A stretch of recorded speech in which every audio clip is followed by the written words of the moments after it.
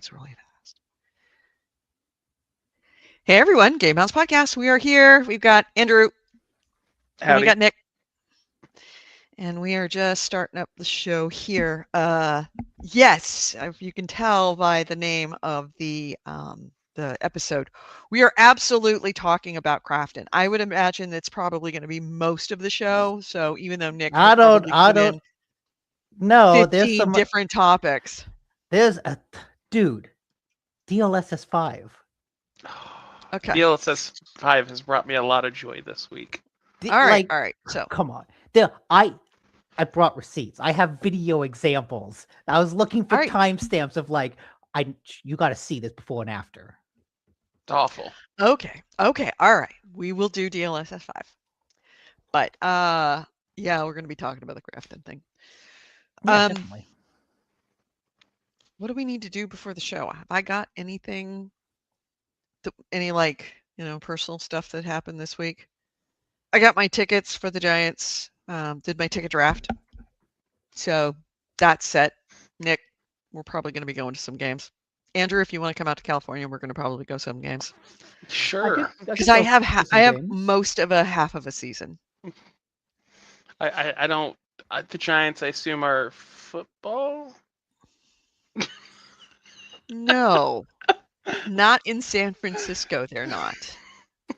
They're a New York Giants. Polo. Yeah. They're a polo team. They're not. They're San Francisco They're Giants. Badminton. Baseball. And I have a lot of games and a lot of really interesting games as far as the giveaways. I got both Hello Kitty keychain and Hello Kitty Funko Pop day. I was kind of hoping it was a shuttlecock team. I would have driven out for that. Curling, that's what it is. Did you know that San Francisco, the Bay Area, is kind of like an American curling mecca? No. There is a curling club / team / do you want to learn curling in Oakland? And if I had known that before I was dating Chris, I probably never would have dated Chris. Because I wouldn't have had time, because I have always wanted to learn curling. You just would have become a curler.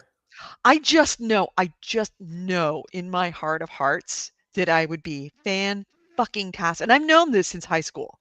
I know that I would be an amazing curler. That'd be down. I just know it. That'd be fun. Really? You want to try curling with me? Okay, we'll go curling. It's one of the best sports in the Winter Olympics. Yeah. Hey, listen, curling. If you've ever seen the vintage Olympic video of curling back in the day, where you'd have Olympian athletes, air quote, Olympian athletes competing on the ice for their country's gold medal with cigarettes hanging out of their mouth while they're not on the sidelines, while they're doing it. They got a cigarette hanging out of their mouth while they're scooting out on the ice, letting that thing go. It keeps them focused, It's a performance enhancing drug. Yeah, I almost gonna want to bring it up so you can see it. And it's that is absolutely my sport. Not that I would have a cigarette hanging out of my mouth while I'm curling, but I like to be good at a sport that has that in its DNA. That at some point that was it is possible, and were it not for society and health reasons, I could do it now. I feel like that's every sport in the 40s or 50s is basically people with cigarettes hanging out of the mouth. That's how I imagine American life back then. Mm-hmm. I'm trying to You've got people on the football field with the leather helmets, and he's throws it onto the field and then hike. Yeah, they might have done that back in the day, on the sideline, having a cigarette between, offense, defense on the football team. Yeah. Maybe not in the official games, but in the high school football, absolutely. I'm surprised AC Wraith hasn't just linked.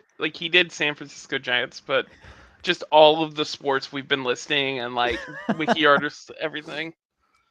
Just Yeah, a I'm trying to Wikipedia for lacrosse, badminton, Oh, there we go. football, baseball. There we Curse go. of Labonte. All right, here we go. Here is the sport that if I was ever going to be good at an Olympic sport, this is the sport I would be fantastic at. Let me come on. Here we go. All right, and we're bringing it up. Add to the stage. All right, this is it right here. Look at this. Cigarettes in mouths. Oh wait, they're using actual brooms. Oh yeah, you use a broom.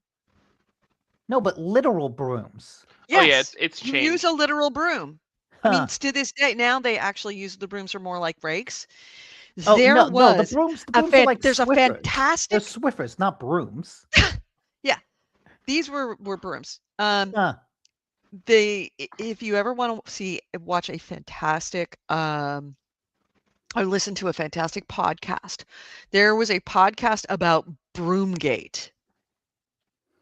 Look at that guy. I mean, like, and I mean, wasn't it like not this year, but like 2 years ago that the people who won this just looked like a bunch of dads who yeah, there you go. Cigarette in mouth. Ah, gotta love it. Okay, so I gotta say, I think yes. one of the reasons that curling has like gained in popularity is they got rid of these brooms, because when they're sweeping those brooms hard, they look so stupid.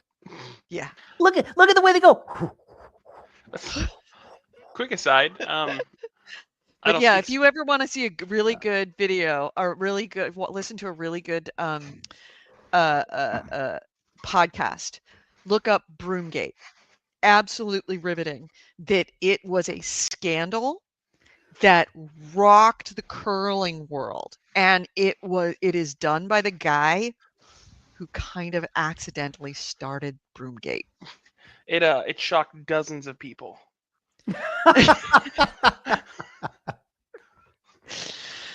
But it was to the point where you had this friendly curling community. Apparently, it was very friendly. Everybody knew anybody. They drink before, they drink afterwards. They're all, like, and we're talking about professional curlers, not amateur curlers, but professional curlers. And it broke the community.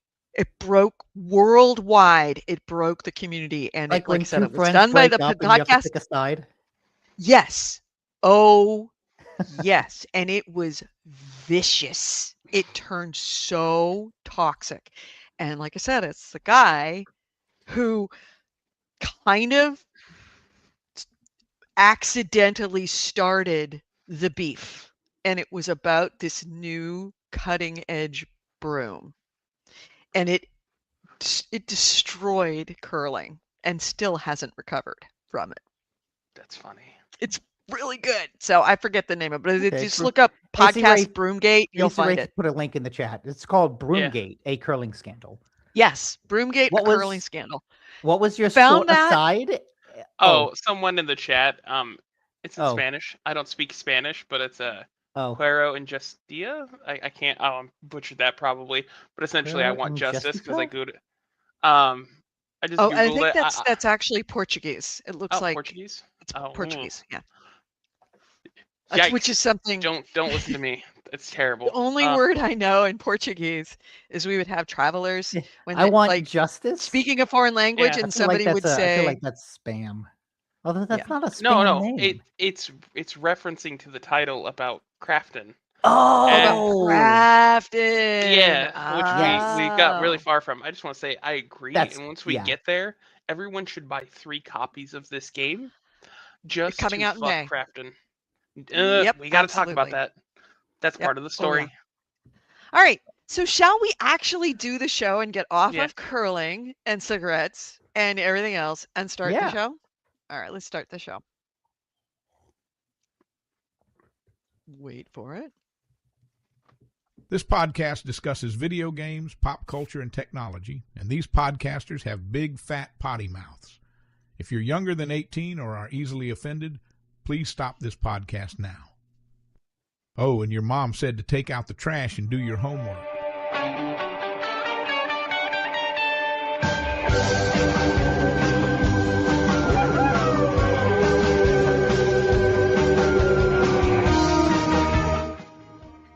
Hello and welcome to GameHounds. GameHounds episode 813. We are recording this on Sunday, March 22nd, 2026. I'm Edie Sellers. With me is Nick DeNicola and Andrew Smith, and we are ready to go about the Krafton thing, but we're going to talk about reviews first. But then we're going to have a lot about what went down in the state of Delaware, I believe it was, with the lawsuit about with Unknown Worlds and Krafton and Subnautica and all of that. So, but and also other stuff, and is Krafton just like based out of Delaware? No, Krafton's South Korean. South Korean. Unknown Worlds is probably incorporated in Delaware because that's where a lot of companies incorporate in, like our company is incorporated. Yeah. We're a California corporation, but we got incorporated in Delaware. It's like 60 or 70% of all companies are out of Delaware because you can basically just like assign a PO box to it, and you you have a company. Also, and they have is in San Francisco. Yeah.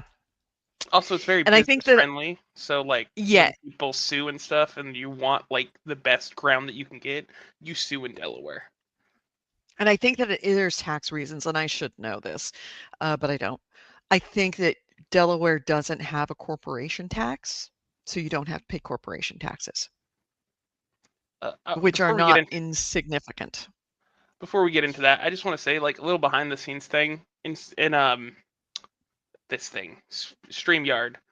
When you're doing a podcast or a show, you can see little like thumbnails of what people have queued up to put into the stream. So while that whole opening was going, I just kept watching little guys sweep back and forth from that video that you put away. It was like, that's ridiculous. Like, it's ridiculous watching it normally, but tiny wise, just watching little people sweep like in the thumbnail for it. It's very distracting. Yeah, that's why I turned it off, because it was distracting me too. Well, I don't know if the curling conversation is going to make it into the podcast, but we were talking about curling before the show. The video is still primed to be loaded in. You're still sharing it. It's just not on the screen, so we can see it at the bottom. Yeah, and it's just little people sweeping. Like, it's playing on a loop at the bottom of the screen. So yeah, a little behind the scenes. So maybe this won't make it in. If you cut it, that's fine. But I just thought that was hilarious. Yeah, I had to turn it up. That's why I stopped it, because my eyes kept on going down to little people sweeping. Also, I still don't accept opening stepdad. He's not my dad. My dad is the one that you had for years for the GameHounds opening. You don't like fake Morgan Freeman? I don't like fake Morgan Freeman. I miss the original one. But that's because I've listened to it probably hundreds of times. Yeah, I mean, that was voice generation from almost 20 years ago at this point. And I think that voice's name was called Robert. Okay. Well, Robert's my dad. It is the most stepdad name in the world, but he's mine. All right. Okay, so let's talk games. AC Wraith said that he's been playing Jedi Survivor. Yes. Big download, runs better than Star Wars Outlaws, which he's currently refunding. Well, Jedi Survivor and he says he's playing it on a mechanical drive too. So, I think Jedi Survivor came out way sooner. That's a normal hard drive. Yeah, Jedi Survivors came out before Outlaws, but they're not.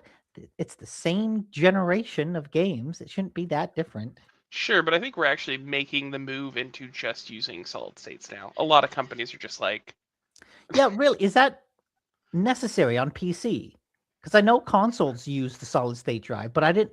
How many games require that for... Well, like Crimson Desert requires an SSD.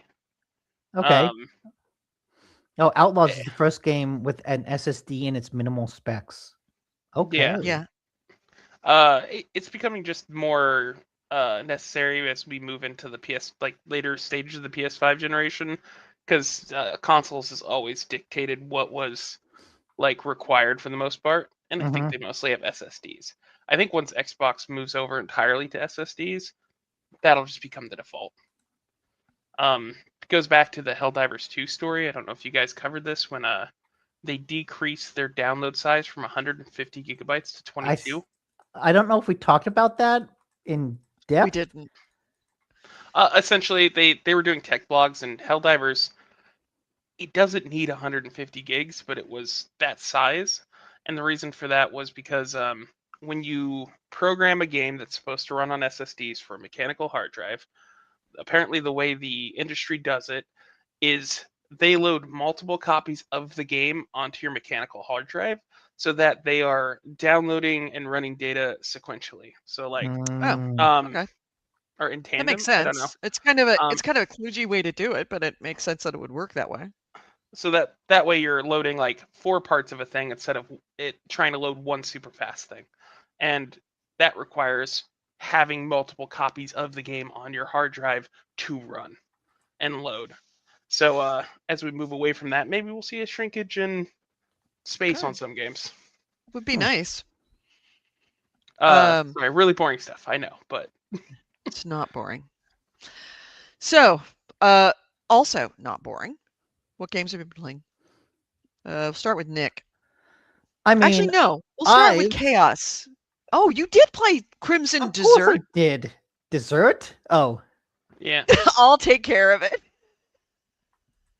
Maybe that's what I've been playing Crimson Desserts, Red Velvet, raspberry, Desert has cherry, double chocolate brownie. Yeah. Nice raspberry sauce. But yeah, Crimson Desert. It's what I thought it was. It is a big, expansive, crazy, mechanically complex, almost overly complex. Early on, you get this mission to sweep someone's chimney, and they give you a broom, and you equip the broom. You climb onto their house. You climb onto their chimney. You hold L1 to ready the broom. You aim at the chimney, and then you hit L2 to sweep the chimney. And you sweep the chimney, and you clear it, and then they give you it's a curling game, is what you're saying. But like that's one thing. I don't think you ever need to do that again. But that's the kind of game this is, where it kind of mechanicizes. It turns every interaction into a mechanic in a way that I find really compelling and interesting and fun. I enjoy climbing onto a house and mechanically sweeping a chimney. But the rest of the game is an action adventure. You could say it's an RPG, but there's like no stats that you have to deal with. It's an RPG in the way that Monster Hunter is, where all of your progression comes from equipment, whether it's upgrading equipment or getting new equipment. You're not increasing stats, but you do have a skill tree that lets you do more things. You unlock a parry, you unlock a counter, you unlock new moves with a sword, new moves with spears, all that stuff. But the game is just big, and it's been described as like an everything game of, oh, you can do everything. Early on, you enter a bank, and the guy's like, oh yeah, if you have gold bars, you can invest the gold bars in the bank, and we will create an investment strategy for you. Do you want an aggressive investment strategy, a safe investment strategy? So you can invest gold in the game to, I don't know, get more money. I don't have enough money to actually invest yet. I'm poor, but that's an option. There was some other thing that I encountered where I was like, oh, that's really interesting. I don't know if I'll do that for another 20 hours, but it's interesting to know I can do that. You can pick up every animal. You can pet every animal. At one point, some kid had his goat stolen. So I went to a bandit camp, murdered all the bandits, and then I picked up this goat, and I'm just running across, the fantasy landscape with this goat on my shoulder, and his head is just like bopping up and down. And I bring it to the kid, and the kid's like, that's not Wooly. Wooly has a fluffier tail. I'm like, well, fuck you, kid. Fuck you. As you say this, the video on screen just had the characters save a cat from the top of a building for a little girl. Sorry, go on. Sheep story still. Yeah. And those are the things that will take you through the game.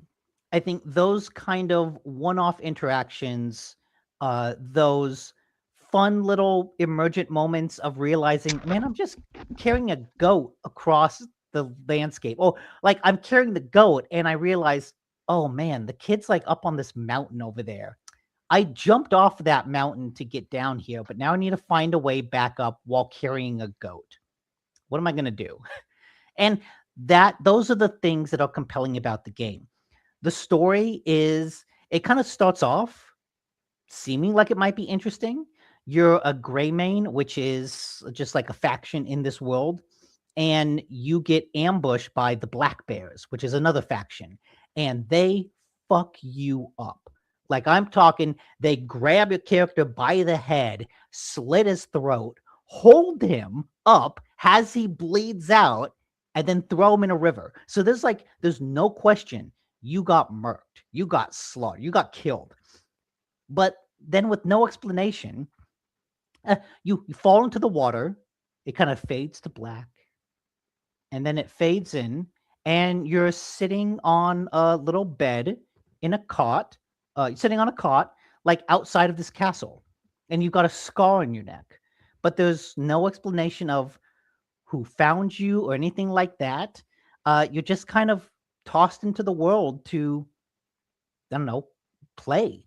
There's some it's like kind of teased that, oh, you might want to try to rebuild the Greymanes, because I'm like a couple hours in and some characters have hinted like, oh, there's another Greymane over here, and one of my missions is to go find them. And people have mentioned, oh, hey, once you get a house, once you get a farm, once you get like a plot of land, we'll supply you. So it's clear that it's building towards, rebuilding the Greymanes. But at this point in the game, that's all very vaguely hinted at. The larger story is that I basically encountered some gods.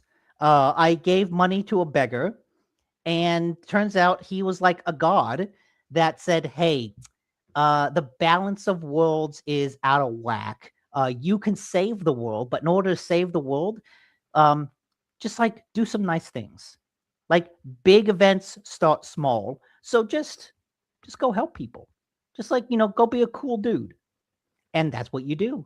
You go around this opening farmland, just kind of finding people who need your help, which is a very do some nice things. That's the whole point. Do nice things. It's like now, and that's a very typical RPG system. Oh, you're gonna get to watch him sweep the chimney.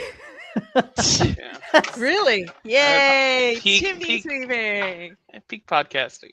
Peak gameplay. Yeah. But yeah, like helping people is a typical RPG thing. That's what you do in any video game. That's what you do in any open world.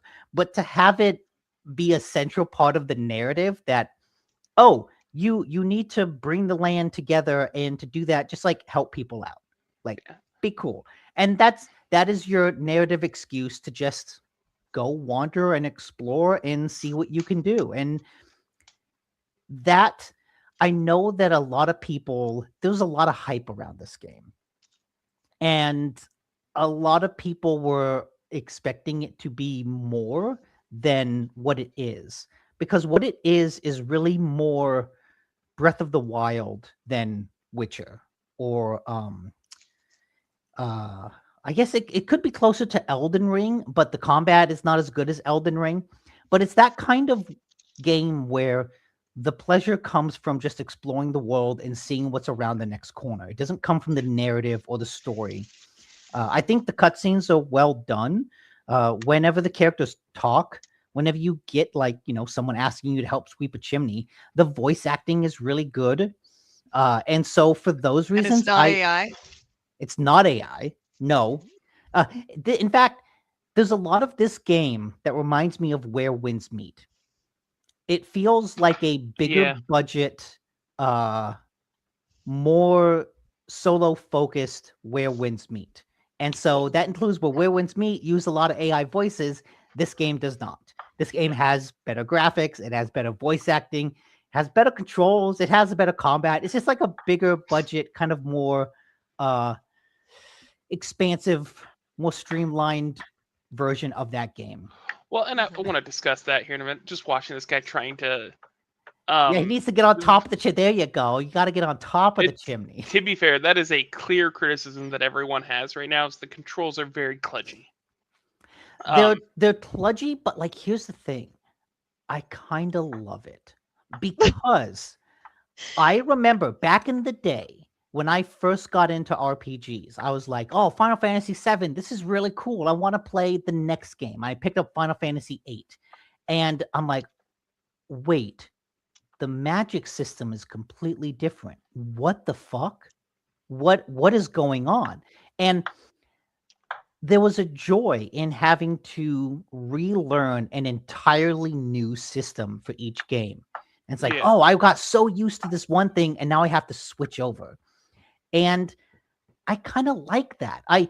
There's a lot of this game that also reminds me of Dragon's Dogma, which was an open world RPG game that's like, yeah, there's a lot about that game that is kind of mechanically weird and a little unintuitive, and the controls are a little kludgy, but that game was just like, deal with it. And if you do, you get a really interesting experience. And yeah, like, so I'm sympathetic to the criticism about the controls because they're very different. There's also like a lot of button combinations that you got to do. And like I said, because it kind of turns a lot of interactions into mechanics, there's a lot that you have to keep track of. Like right now, he's cutting down a tree. And to cut down a tree, you have to first buy a logging axe. Then you have to equip the logging axe. Then you have to make sure to hit the tree at a horizontal swing to cut it down. Then a vertical swing to break it into timber. So like, there's a lot, but I love that it's a lot because it's a game that takes a lot of the typical interactions, and instead of making them easy, it kind of makes them hard. And that gives it a different flavor of game. It's texture. Unique. It's different. As someone that plays a lot of games, I deeply appreciate a game that is fucking weird and offbeat and not like a lot of the other stuff I play. And I'm sympathetic to the fact that if someone doesn't play a lot of games, like if they play one game a year, which is, most people, this game is going to be hard to get into because it's so unlike anything else they played before. AC Wraith points out that controls have gotten pretty standardized and people complain if it isn't like the popular game that they're used to. Yes, that's true. There is truth to this, but understand that this goes beyond that in a lot of ways with the criticism. So there's a see of the past echoes of something, like mini game type, like world searching tool. And to use this, you have to go into your inventory, equip a helmet, then you have to bring up an item wheel to get to the helmet, which requires pressing L1 and R1, and then you have to then press the start button to activate its ability. So God, that sounds it's like awful. 4 layers deep, and if you forget about this helmet or how to equip it and use it, that is admittedly a problem. That being said, they did not shy away from any of these type of button prompts and stuff. Yeah, they just went whole hog on it. They went whole hog, and I'm still it's just like getting guap. into it. It's guap. It's medieval guap. Yeah, kind of. The character, oh man, I gotta say, I know people have been complaining about the way the character moves because he kind of moves slow. I like that. I love it. He's got such a weight to him, and when he walks, it's like, fuck yeah, he's got to walk. I've always appreciated games that add weight to the character where you don't feel so floaty. Yeah, and feels, it's so good. And the combat, I've been enjoying the combat so far. I think at first it feels just like a real button mashy hack and slash, but as you get more moves and as I kind of figure out what the button combinations are, I've played a lot of Where Winds Meet, and Where Winds Meet has attack on the square button on the PlayStation. Mm-hmm. When the combat gets real heavy, when I'm surrounded by a bunch of people, I find myself instinctually pressing the square button, and my character just jumps. and then I get attacked by 20 people. I'm like, oh shit. But I kind of like that. I like that I'm having to retrain my brain. And the more moves that I get, that I focus on doing, the more I have found the combat to be really compelling. And there's a lot of really deep, impressive animation work in the combat. The way some moves link into other moves, like the way the animations combine together dynamically, it's like Naughty Dog levels of animation. I have to say that this game is almost seems like an exercise in excessive gluttony, and just if it was on the board during the brainstorm, they put it in the game. Mm-hmm. A quick rundown for the game for anyone who doesn't know yet. It's made by the same people who made Black Desert, the MMO. Yeah. It's a Korean-based MMO that is known for being very grindy, but very pretty. Mm-hmm. Like super grindy, super pay to win. That's too bad, because I remember when it first came out, that character creator was something special. It was heads and tails above anything else on the market. It is very pay to win, but it's South Korean MMOs tend to be kind of this way. Anyways, I bring this up because it is not like that, and like this is a single player open world game. From what I understand, the company, the development team went out and made this engine like a fork of it to be for a single player open world game from their Black Desert. Like, oh, really? So they kind of knew that this was happening, or they had that in their mind that this might be a possibility. Yeah, when like they were just making Crimson Desert. Yeah, they were just like, Black you know, no. Sorry, Black Desert. That I don't know, but like when they decided to make Crimson Desert, they were like, okay, we're going to make our own engine for this. We're gonna do our own thing for this. So they purpose built this for single player open world. Okay, I see. And it makes sense that this comes from an MMO developer, because there's a lot of that DNA in this, in the same way that MMOs turn a lot of basic interactions into mechanics, because the idea is that you don't have to do anything, just find one thing that you like and embrace that, but there's all these other mechanics you can do, and that's what a lot of this game is. That's kind of why I brought it up, because like I think that DNA is strong here, of just you look at this and it's like, oh, this is very MMO coded, and I don't know if that was intentional. I don't know if it's just this was the game they wanted to make, where it was like, we want to put everything into this. Yeah, I think it's just a matter of, they've been making one type of game for so long that they made a different flavor of that type of game. And good on them. Like, I will say that when I saw trailers for this game, and it was coming from, a company, a real development team, being the people who make Black Desert, I thought this was fake. I thought this was fake until it launched. The trailers for these games, this game in particular, is so incoherent in its style, and it's like 1 second you're fighting like some bandits, the next you're on a dragon, then you're in a mech suit, then you're in a jetpack, and then you're in some fantasy ruin, like future ruins. And so understand that when you play this, the themes are crazy. It is not just this medieval, like, fantasy settings. There is floating sky moat, retro future magic civilization tech stuff. There's going to be cyberpunk, like you walk around in a mech or get a jetpack. There's mounts that are range from, I think, like a motorcycle to dragons. Like, it is such an MMO. I'm gonna see if I can find any of that stuff later on. But also on. know that you won't see any of that for like 30 to 40 hours. Well, okay, no, you'll see the magic stuff, because I think the cyberpunk sci-fi aspects to it are this world's version of magic and gods. Because, like I said, I've been to the Sky Islands, and that's where the god people, and when I say gods, I'm talking about like the Greek gods of, oh yes, you gave this beggar some money, and he's like, you're a hero. I like your style, so I'm gonna task you with saving the world. And early on, you meet this woman who's like got her hands tied behind her back in this dungeon, and you untie her, and she's like, "You saved me. Good. I have missions for you later." And then she disappears, and it's like, oh, okay.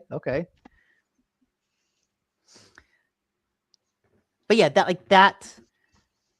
This game kind of uses sci-fi as its version of godly magic, which I think is, again, a cool touch. It's a unique world that is unlike anything else I've seen. And that's why I'm really digging it. There's a lot about the game that is like genuinely hard to get into. If I had a few extra things for people consider buying this, no. Apparently, it's 196 hours to roll credits. Oh my god!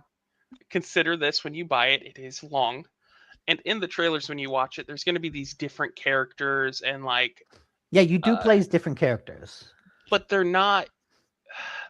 You don't switch characters in like the real sense, and where, like the main character here is Cliff. The kind of not Irish, Scottish, like kind of thick ass Scottish accent, like fucking Outlander, Highlander, like we're talking Braveheart levels of Scottish accent. No one else has the it. The Proclaimers, I would walk 5,000 miles. Oh, more than that. Oh wow! Oh, if you could get like a voice clip of him or something.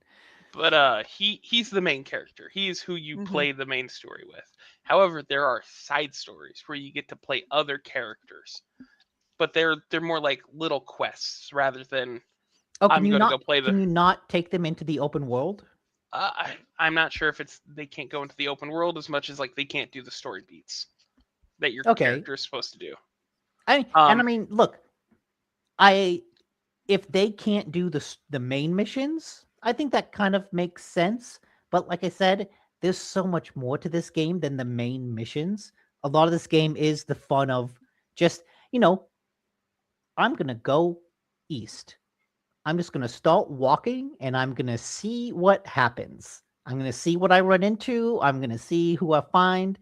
And that's the type of game this is. And so if one of the other characters you happen to like more than Cliff, that just means don't play the story missions, which honestly, I don't think you're missing out on too much. I think they're just kind of encapsulated into their own like mini campaigns. Like I don't even know if you can go do the side quests that you can do with Cliff. That would be this video. It's a cutscene of him just pounding somebody in the face. I know. Oh man, you can do bounties. And when you find a bounty, you tackle them, and you just he's like, wait, I don't know. Who are you? Wow. You got the wrong person. Wow. If you're willing to put up with some kludginess, if you're willing to learn, I think this is good value for a $70 game. Oh, if absolutely. This looks interesting. Yeah, just keep that in mind. Yeah, I think I'm really, really enjoying my time with it. And again, that's because I knew what I was getting into. We had played a demo of it at PAX last year. And so I had kind of gotten a taste of the wild ass controls of, I need to lift this big log. Let me equip a magic, hold 2 buttons to lift, hold another button to hold, and then one of 3 buttons to put down. And it's like, okay, that's a lot. But I really love the game is it's getting generally good reviews. It's got like an 80 on Metacritic, like slightly lower, but it's in that range. I really love that type of game, that CB game, a game that does a lot of weird and different things, but isn't quite perfect. There's something really fascinating to me about that type of game that just swings for the fences and misses. I do want to say that I think this gets that rating, if nothing else, because of quantity. The amount. Because you'll find something that you like. There are so many different things to do. You'll find something that's really fun.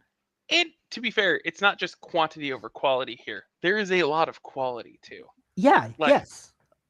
Like I said, I'm really enjoying the combat. I'm enjoying the side quests. I'm enjoying the world. I'm just spending time in this world and walking around it. It sounds like a game that was. It would sound like a game that was trying to be all things to all people and actually sort of manages it. Yeah. So, okay, this is also Crimson Desert 2 is like going to revolutionize the industry because I look back on things like Uncharted. The first Uncharted game, people were like, yeah, this is good. Uncharted 2, Game of the Year. Everyone freaked out. Everyone loved it. Assassin's Creed. The first Assassin's Creed, people were like, yeah, it's good. It's a little repetitive, but, there's something here. Assassin's Creed 2 fucking took the world by storm. Started a franchise. Oh, God, there were other games. But, like, it's always the second game. I think God of War. Baldur's Gate. Not necessarily the second game, but the third game, Baldur's Gate. Yeah. Well, 2 did the same thing at the time. Like 2 also kind of did, yeah. Yeah, it's like the first one is kind of a proof of concept, and then that concept gets refined for the sequel, and that's when it really breaks out. The Witcher. The first Witcher, nobody plays the first I played Witcher. the second one though. I played the second one too. I played Witcher 1. It was all right. No one likes Witcher 1. Witcher 2 is good. Witcher 3 is great. But even then, people forget that, like, when Witcher 3 first came out, people didn't like the movement. People didn't like the inventory. It was the story that really pulled them through. Anybody played the original GTA? Oh, yeah, the top-down ones? Yes. God, and then yes. GTA 2. Those are both, like, right? Yes. And games. So I think it's nice to see a game that comes out, like, games now there's so much money behind them that you kind of don't get that iteration. You can't put out a good Uncharted. They have to succeed with one. It's like, yeah, they have to succeed the first time. And like, that's a bad place to be. That's not good for creativity in the industry. You need to be able to iterate on ideas. And so I think this is that type of game. I hope it sells well, and I hope it does really good so that they can iterate on it for a 2. But I think the hype around it and the reception to it being good and not a masterpiece kind of highlights the fact that, a lot of the games we think of as masterpieces didn't, like, it took work to get to that point. They didn't just come out fully formed. And games don't have that opportunity now. I will say that apparently they sold 2 million copies in one day.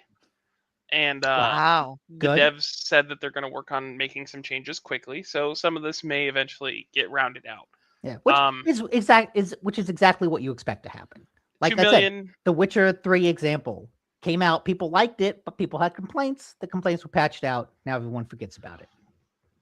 2 million is a fantastic day one at $70 a piece. That's $140 million. So I really hope that this is minus taxes cuts from like various platforms and stuff. But it's a lot. And I think you're right, Nick. I think whatever this ends up finishing as will be pretty good regardless. But more focus, more experience with the engine and what they want. I think the second game, doesn't even have to be this. The second game they make with this engine, and the feedback that they take with this game has the potential to be huge. Because I kind of like all the stuff that I see with it. Apparently, in-game is really great. Once you have all your skills, all your systems, stuff like that, it really becomes something different and becomes great. Yeah, we got to play around with like a mid-game character in the PAX demo, and man, I had so many more abilities than I do now.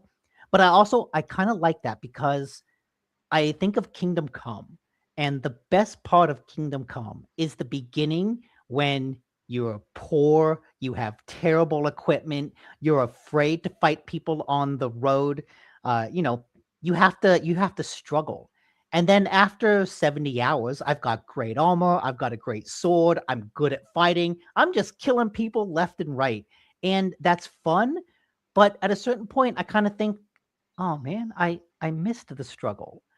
So I'm I'm taking my time in these early games, kind of appreciating the struggle of not having all my magic. And again, 196 hours to roll credits. So yeah. I don't know if I'll even do that.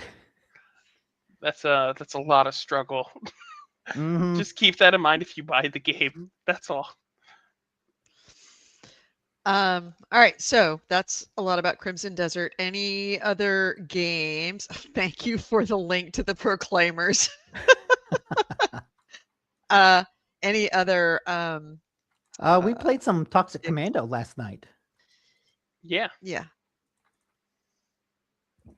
What was that? There. Wow, you even linked QWOP and GURP. Wait, what's GURP? I don't know what GURP is. What is GURP? I guess is that another one? it's a FODdy game. Yeah, but I hadn't heard of it. Oh, it's a climbing. It's like instead of walking, it's climbing. Oh, okay. So, Grip. it's Grip. Okay, Grip. All right. That I know. Grip, I do know. That's the one with the where the guy in the pot with the sledgehammer. That's Getting Over It. What am I? Oh, that's right. That's Getting Over It. Oh man, no, I started playing GURP, and I think I'm gonna drown. Come on, how do I lift? How do I lift my hands? Oh, there we go. Come on, grab that ring. Stop playing a game during the show, Nick. Stop. Yes, I got it. Nope. Okay. Toxic Commandos. Toxic Commando. Tell me more about Toxic Commando, because I have tried. I was saying to Nick and Andrew, I have tried 4 times to get through the tutorial, and every single time, some emergency comes up that I have to stop playing and move on. It's frustrating as hell, including last night where Andrew waited an hour and a half for me to get on, and the PC gods were not my friend. So I still have to do the tutorial. I've started the tutorial like 4 times, like literally 4 times. But I now have to get through that so that we can all play together. So tell me more about what is beyond the tutorial.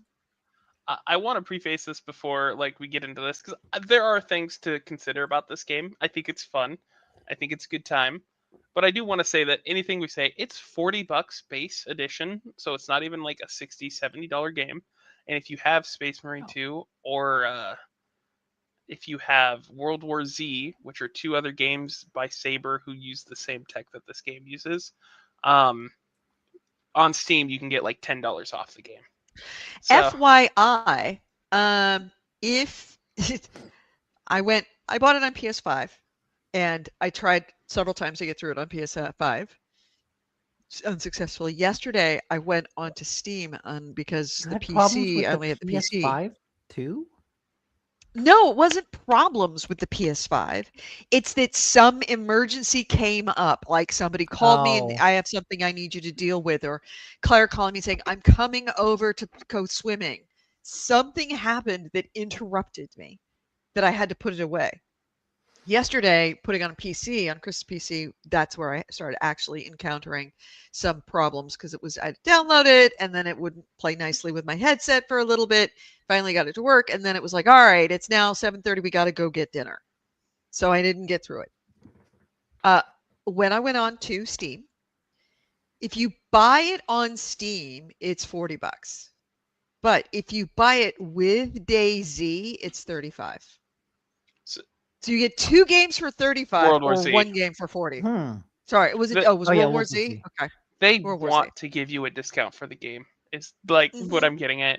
So keep in mind that when we discuss things, that's the price range we're talking about. So we're not talking about a full $60, $70 game. Not that it's bad. I just want to make sure that's clear up front.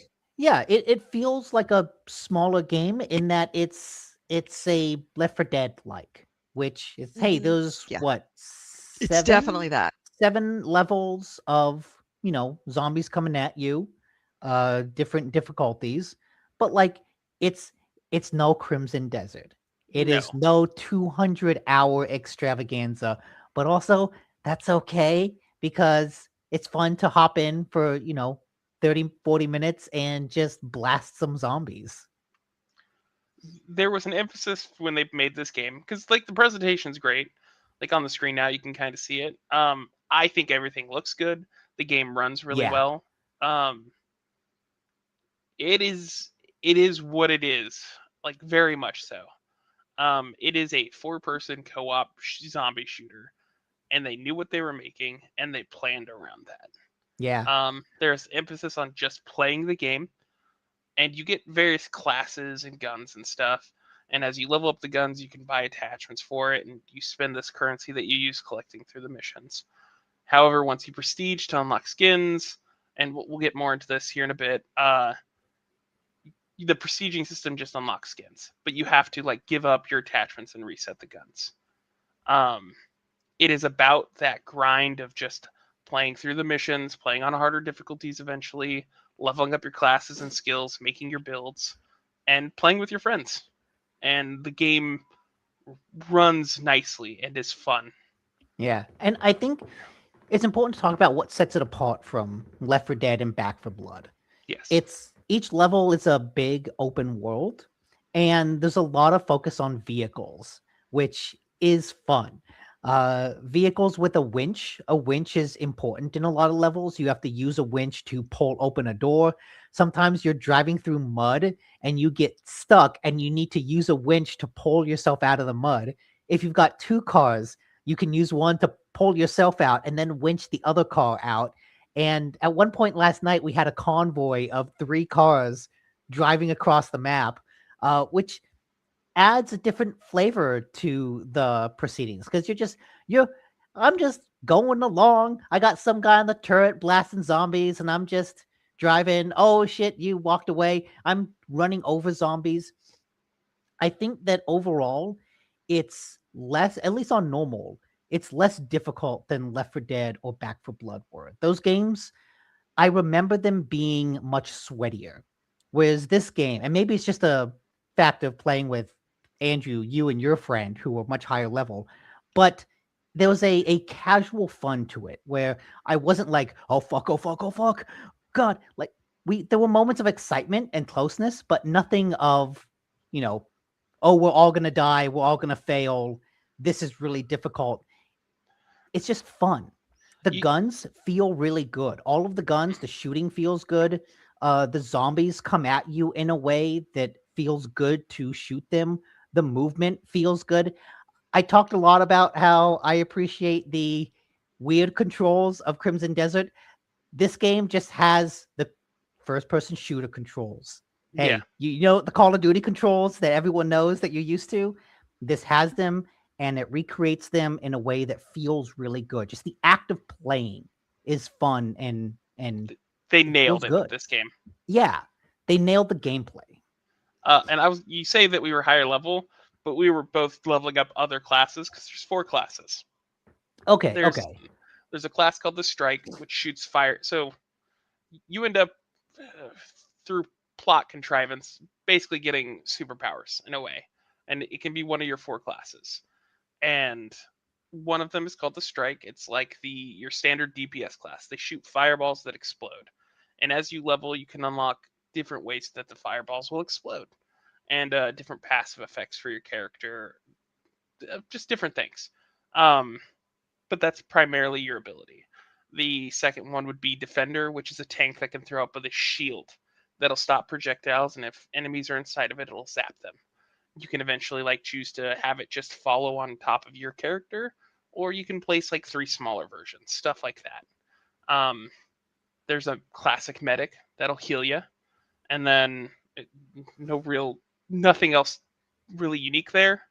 And then one that has a flying turret, and you can change the way eventually that the turret shoots stuff, between just little individual blasts, or in this case, last night, Nick unlocked the ability to shoot essentially dragon breath shotgun rounds at stuff.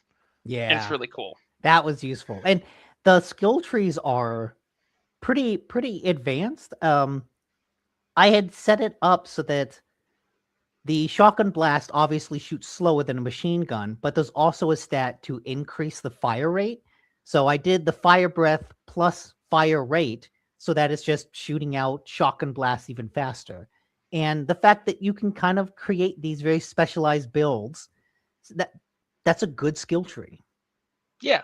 And when you like play a new class, you have to level up from 0 or 1. So like Nick, we were leveling up level 1 classes with you for that one. Okay.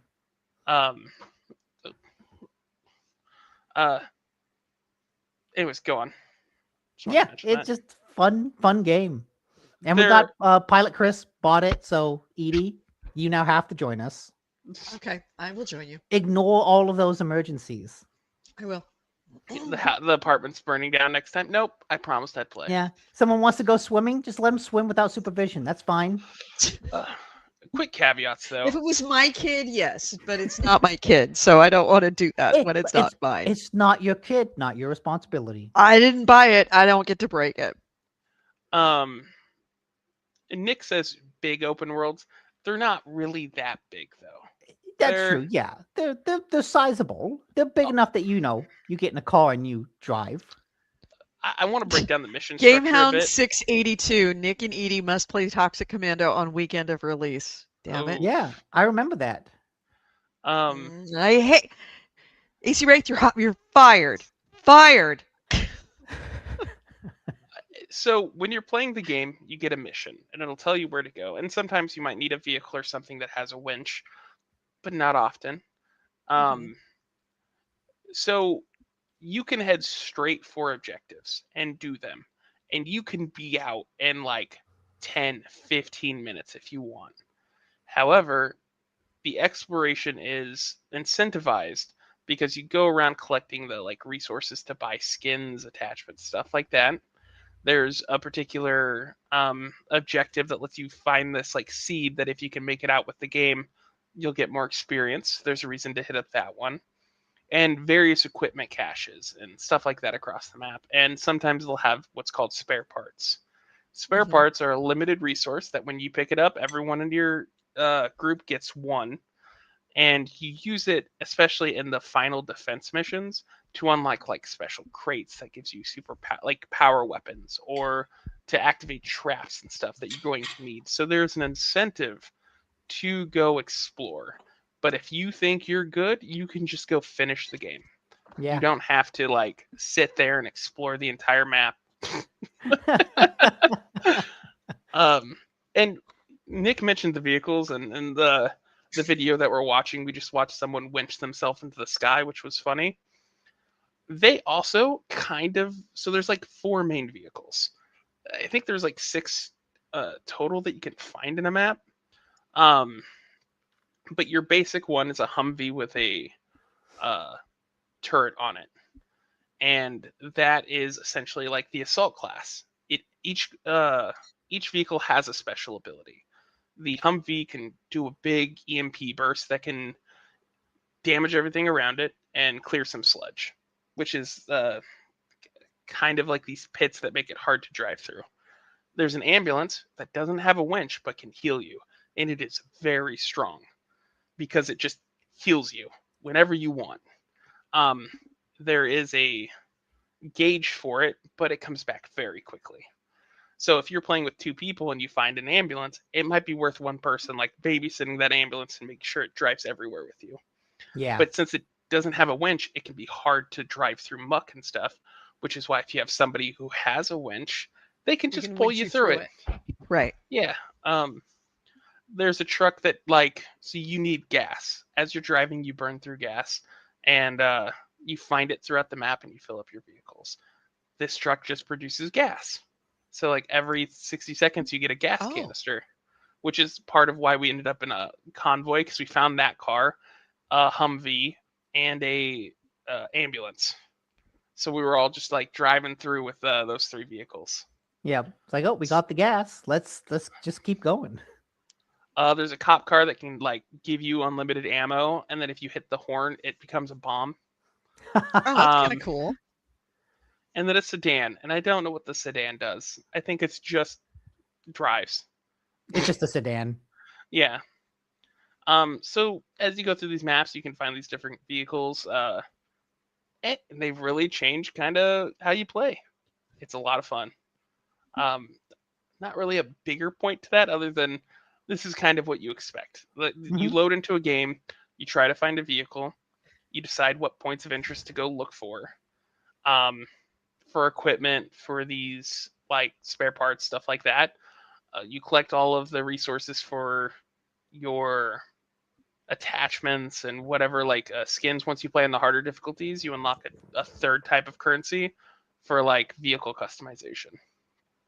And then you choose when you're done and you want to go do the final mission, which brings it to its kind of selling point.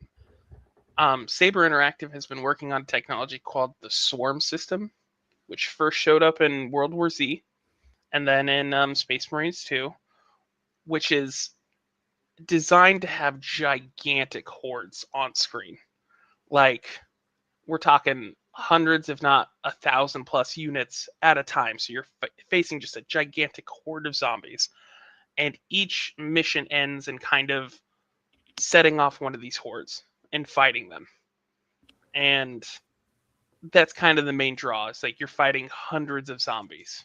Yeah, so that's why you want to like make sure you get a bunch of ammo, get a couple good weapons, find some spare parts to create traps, because you're fighting this horde at the end. Yeah. And most of the time they give you a lot of tools to slow them down, stop them, deal with them. And I haven't played on the harder difficulties, but sometimes it gets really intense and it can go sideways very quick, and it's a lot of fun. So you go from this kind of exploring the map, kind of slow paced thing most of the time to a sudden gigantic crescendo at the end. It's particularly fun to chuck a mortar into an ocean of zombies. Yes. Get like an achievement for killing 50 people in one hit. Skip ahead like 10 seconds. It'll be into the deep of it. Like, you can just see them running along the sides and coming off the walls and stuff. Oh, wow. That actually looks like a lot of fun. The game is fun. Yeah. I beat the main story in 7 hours, so it's not long, and that's with me really that's not bad. That's with me really spending a lot of times on these maps. If you rush the objectives for every mission, you could probably beat this game in 2 hours. But like that's just going through the missions once. Yeah, like this game isn't about the story. It's not about going through one time. It's about the repeat play, and it's about playing levels over and over again. Yeah. Yes, that's true. It really isn't about the story, and in fact, the story is not good. It's serviceable. It's fine. But the writing, they make at one point, I've seen enough hentai to know where this is going joke. That's the kind of writing you're getting here. So I don't expect much there, is all. If you like zombie games and you don't mind playing solo or with randoms, it's a good buy. If you have a couple buddies who love zombie games, it's a great buy. If you don't like grindy solo shooters like this, where there isn't really a point, you're just playing to have fun and shoot zombies, I probably wouldn't get it. If you want something more, this is not that game. This is exactly what it is on the tin.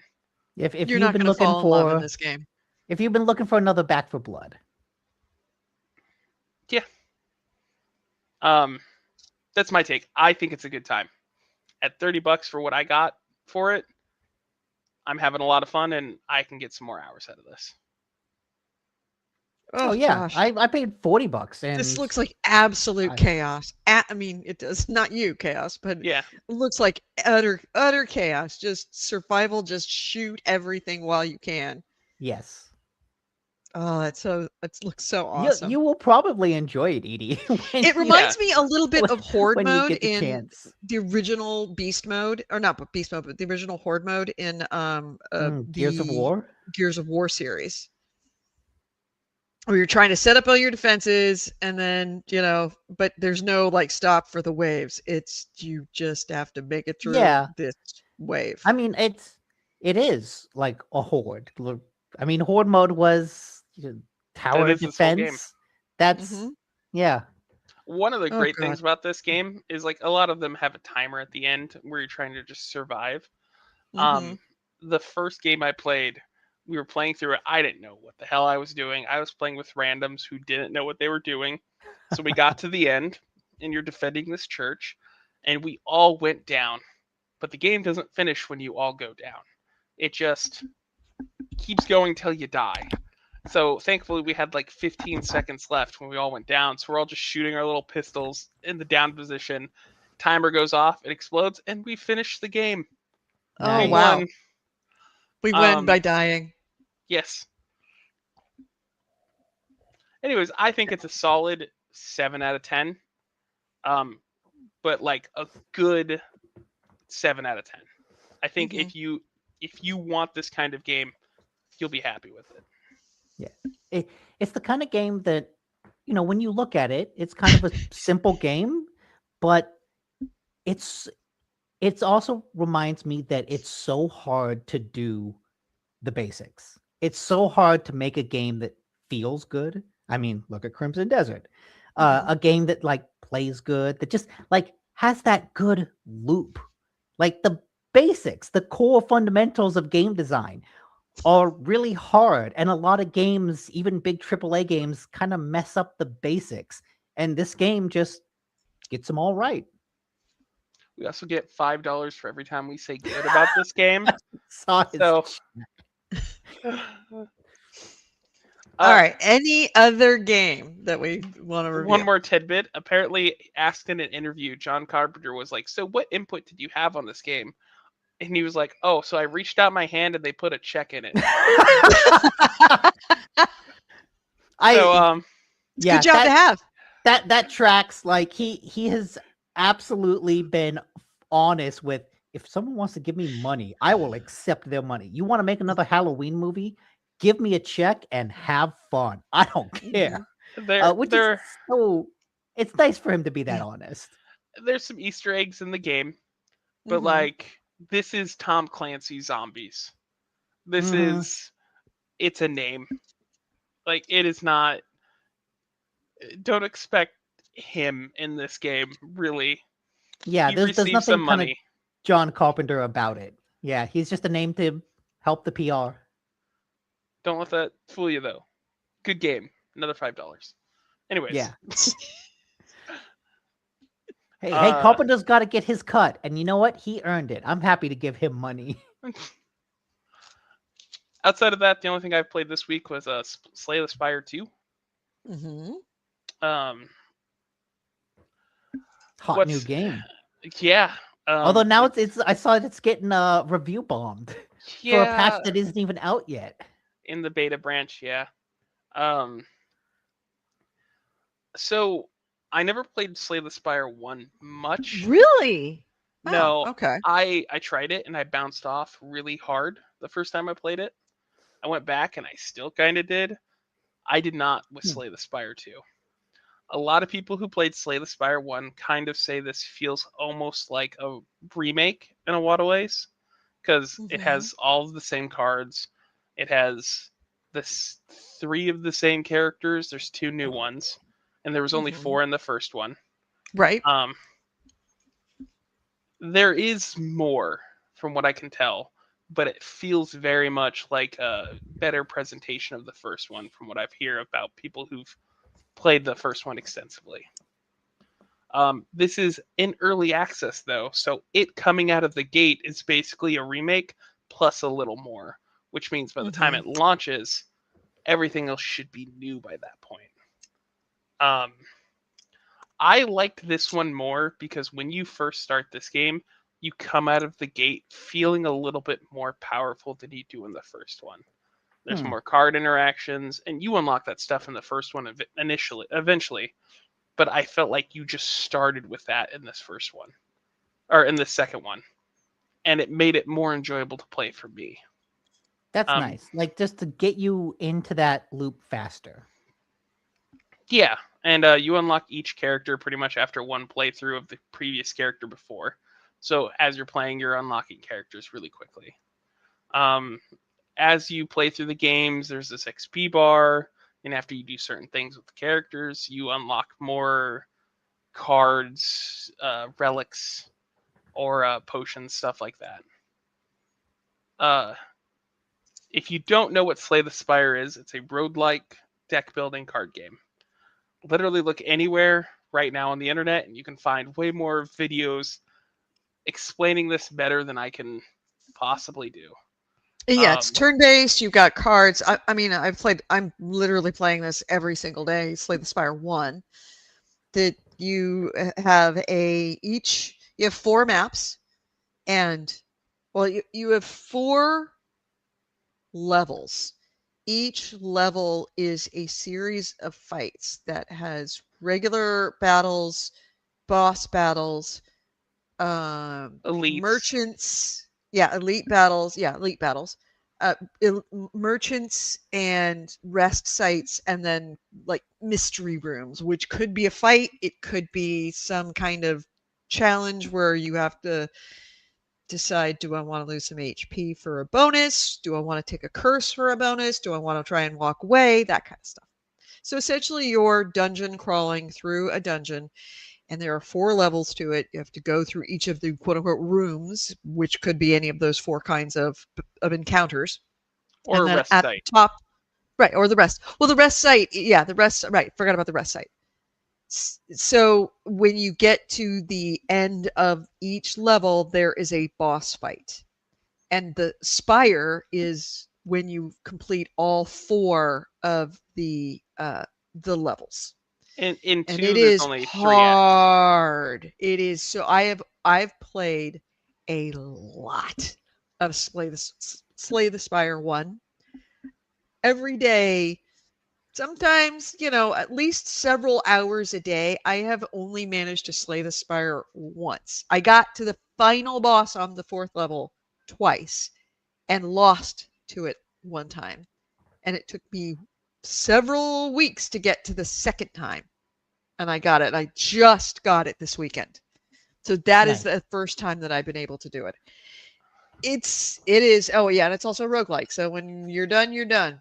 And it's a horrible feeling when you're standing there and you realize that you're about to get hit for more hit points than you have, and there's nothing you can do about it. And you are, 4 levels in or right at the boss level, and it's like, motherfucker. Yeah, so he's good. That hit is going to be one more than I can take, and there's nothing you can do. It is a game that rewards experience and understanding, though, which is really nice. Like, the first time you play, you're just going to read cards and be like, oh, that's cool. But as you play through, as you unlock those cards more and more, you're going to be like, oh, I see how this would work, how this would fold into the other cards that I saw last round. If I get this one, I want to aim to try to see if I can find that card. And the only RNG here is the deck drawing and your rewards. In combat, you see exactly what the enemy unit is going to do. So you knew, like, oh, he's going to attack twice for 3 damage.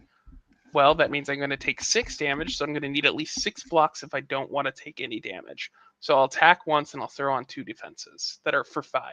Or if you have one that's just 6, you're like, okay, I'm not going to take any damage this turn. It's just math. There is no he's not going to rolls. hit me, so I can throw all of the offensive. I don't have to worry about putting up a block because I know he's not going to throw anything at me. And so outside of that, if you know Slay the Spire 1, it's the same setup.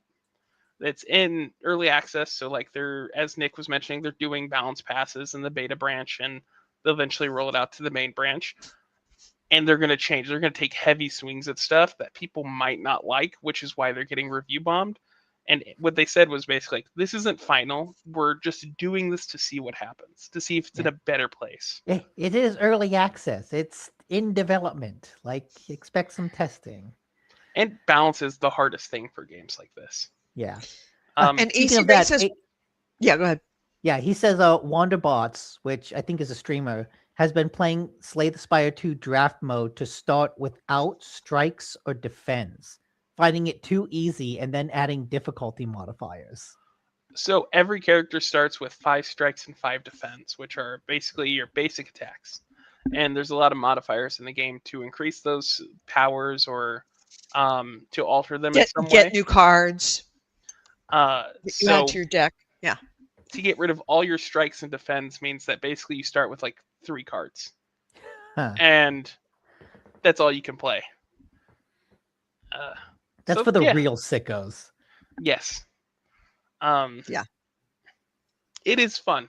I'm having a lot of fun with it. Nick, I know you historically don't like deck builders, right? Yeah, but I also really bounced off Slay the Spire. So to hear you did too, and you're really into this one, kind of makes here comes the standout feature for this one. Okay. It has multiplayer. You and up to 4 friends can play together. Oh, wow. Okay, that is huge for me because Chris he's the one that got me into Slay the Spire. I want to be clear. It is not entirely balanced right, in my opinion. In particular, because 2 people, like, this sounds simple, but like 2 people is much harder than 4. And it feels like it is balanced more around having more people. Because the things that changes in multiplayer is pretty much enemy health. They get more health, and it scales with how many people you have. But at 2, it basically doubles their health, but it doesn't always feel like that's a one-to-one thing. The enemies attack everyone at once, so anything that they would do to you, they do to everyone. But there is no increase in like damage or anything like that. It's basically just health. What's nice is the community. So when you play on your turn, everyone goes at once, and everyone just starts throwing out cards, and it'll just kind of stack and go based off of whoever played it first. So you want to communicate about what you're playing. For instance, so you're playing out of the same deck. You're not. No. Have 2 separate decks. You have 2 separate decks. Oh, okay. You have whatever you're building yourself, and there are special multiplayer cards. For instance, the Ironclad, which is the first character you get, he's kind of like your standard fighter tank. I found a card that I take double damage, but all of my teammates take half damage. Okay. Was cool. Got me killed. So there are special cards to the mode itself, but when you're playing, you can't throw blocks on other people. You can throw your potions that doesn't make sense. If you've got somebody that's going to be taking double damage, you've got to make sure that somebody else can throw a block onto somebody else. Well, you build your deck around the idea if you're going to aim for that. So you take a lot of blocks, a lot of stuff like that. There are a few things that let you put blocks on other people, but that's not like your deck that you get in single player basically runs like your single player deck. Okay. However, I found that like you have to communicate. For instance, the Ironclad has a lot of vulnerability that they can put on a person, which increases the damage by 50%. Now, normally that would cost an energy in solo, and then you would tempo out of that and play more damaging cards following up, right? However, if I do that first with the Ironclad and then everyone else attacks, they get all the benefits from that vulnerability that they don't have to put energy into. So when you have 4 people, that synergy begins to spiral out of control, and it becomes really easy comparatively to 2 players. And like I said, the HP seems to be designed around 3 to 4 players rather than 2. So be prepared when you're playing 2 players. It's kind of hard. Okay. Yeah, I see that they also have a Vanquished, which is the 2nd level character. The Silent. The Silent. Oh, is it the Silent? Oh, okay. Yeah. And his deck inevitably, if you're going to play it smart, that's my favorite character right now. If you're going to play it smart, is with poison. So that essentially you just throw all the poison and then all the block and wait for them to die. The reason why you want to communicate, though, is like if I have vulnerability, I want to be able to throw that first before you attack so that you get the most out of it. Or if I'm about to kill a target, I want to be able to kill it and not have you throw something else up too. Because if you throw something else up that's behind my card before the animation completes, that'll fizzle. and it'll just disappear. So you'll lose that card. So you actually literally have to coordinate your plays, because one person's play can squirrel another person's play if it's not completed. A bit, yes, but like that's not too much of an issue until you reach to like low HP of something where it's like, oh, I am about to kill this. Until then, it's like, oh, I threw vulnerability on it, just wail on it. And you'll see, like, I played with 2 other people last night. We're all just throwing cards at it and just watching it get the shit beat out of it. And it was kind of satisfying. I bet it was fun. And the other side thing is, like, you can throw potions that you get, which can range from more energy, armor, cards, all of that, onto other people. So if someone needs to block and you have a block potion and they're going to die next turn if they don't get it, you can throw that block potion onto them. So you can kind of plan around like keeping certain cards for other people or certain potions for other people. It's a fun game mode. I really enjoyed it. Yeah, it looks fun. I'm totally. Oh, I forgot to expand that out. Sorry. I'm totally. This does look like fun. This does look like something that I would absolutely play, especially after having played a lot of Slay the Spire 1. Especially with co-op, with you and Chris both being in it, like you're kind of primed for that. Yeah, and making it super hard, he would probably love it. If it was super easy with 4 people, he'd be like, "This sucks." He's Mr. Beat Me, please. By the way, every time you win a run... Thank you very much, sir. Can I have another? Every time you win a run, you unlock something called Ascension, which is it has more elites. It makes things harder. So, like, as you continue to win, apparently can get up to Ascension 100, from what I hear. So there's going to be like 100 modifiers to your runs. So it can get more challenging. Yeah, I can play Ascension 2 on my my silent character, but I haven't moved up to it because I thought, okay, I won once. I should be able to easily win again. I've been playing all weekend. Nope, never even made it to level 3. And I got to beat 4. So, yeah. It's a hard game. AC Wraith, if I recall correctly, Nick didn't like deck building because he didn't realize the importance of removing unwanted cards to improve the portability of desired cards. Yes, probability, right. That was the thing that threw me off about playing it initially a long time ago. It's that I kept getting new cards and getting new cards and getting new cards. I was like, well, I don't want to get rid of my attack cards. But because of that, the cool cards that I got, I wouldn't pick them in a fight because I had too many basic cards. Yeah. And that has been a problem for me until I realized it as well. Because I would have these cards that were double or triple the amount of poison on a character. And I would inevitably get the double or triple the amount of poison before I would actually have a card that allowed me to put down poison. Yeah, so you just have this useless card in your deck to draw out. And it's like, God damn it, I can't put this on anyone. And this is like triple poison. This is the one that is the coup de grace. This is the game over card. But I don't have the poison card yet because it's farther down in my deck. And I'm looking at 28 cards, and it's going to be at least after 28 cards in my discard pile. When I discard this card and I get the poison next time, it's going to be like 5 hands down the road before I actually see the triple the poison card again. So they're too far away from each other. So eliminating cards is very important. One last thing that changes for the co-op mode is sometimes you come across treasure chests that pop an item for you and you just get a relic. In the co-op mode, 1 relic spawns for each person you're playing with, but then you have to take your little finger and point to which one you want. And if you both choose the same one you want, it does a rock, paper, scissors game, like completely uncontrolled by you, until one of you wins it. And then the other person has to take the other relic. The sad, no one wanted relic. Oh, that's kind of awesome.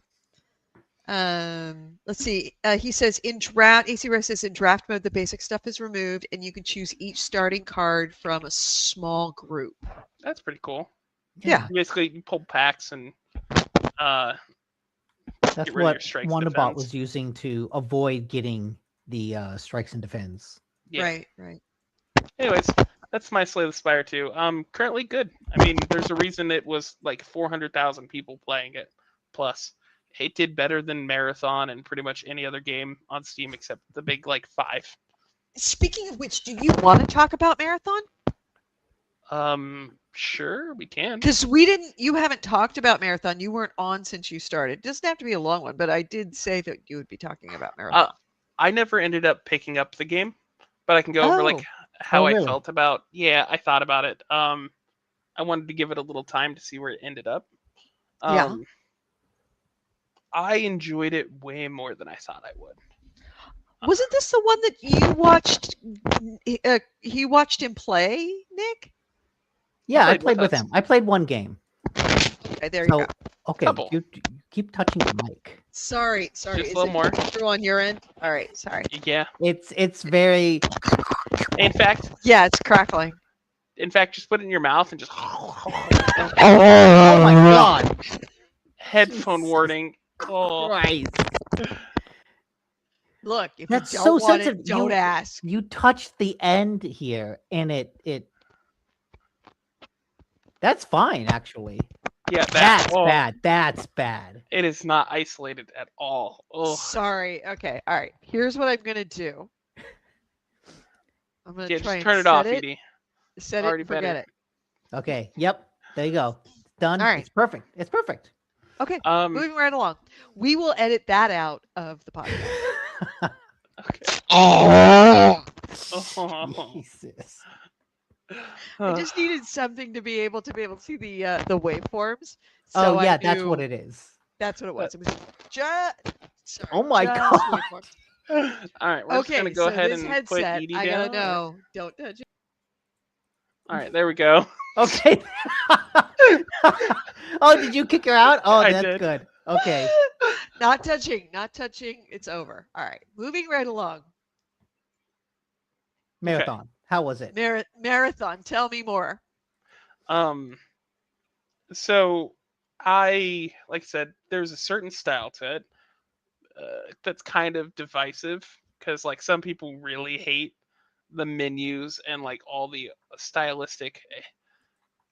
It's I forget the name of 90s. What was the web portal that people used in the 90s, the early internet? GeoCities. AOL? Page. Oh, GeoCities. Okay. It's almost like a sci-fi GeoCities page. Bungie's known for this, but the gunplay was surprisingly very tight, and I enjoyed that. Yeah, the guns felt good about that. The guns were really fun to use. The first couple times I played it, I did not run into very many people, but the time I played with Nick, it was me, a buddy, and Nick, and we ran into fucking everyone. There's a lot of shooting, a lot of people. It's kind of funny. The night before, I'm like, oh yeah, I didn't really run into a lot of people. It didn't seem very populated, but it was a good time. Nick hops in, and it's a firefight from start to finish. Because every time we'd finish killing a group of people, and we were looting their stuff, a new person would show up. They'd usually shoot Nick in the back because Nick was. I didn't know what I was doing. Yeah, it was his first extraction shooter, so he's standing out in the open just, ooh, this looks nice. What does this do? And then they just start unloading on him. And it would be like, okay, well, now we know someone's here. Let's go ahead and just try to pull Nick to safety. But because in the coal mine, he's like, hey, me, go over. Can you go around that corner for me, please? Can you go check what's over there for me? I'm not trying to be mean, Nick. I didn't know what I was doing, and I was like, I keep dying. You keep bringing me back. I'm gonna try to just not die. Because normally, if you're you kill somebody and the pouch is kind of in the open, but next to a wall or something, you're gonna want to get next to the wall and loot and kind of try to stay out of the line of fire as much as possible. I didn't explain this to Nick, and Nick was just like, ooh, what does this guy have? Or what does this have in the open? You walk up, you're like, unzip. I don't know what this item is. Let me read the description of this item. Mind you, we just had the loudest firefight for 5 minutes. People are on their way. No, the abilities were fun though. The looting is okay.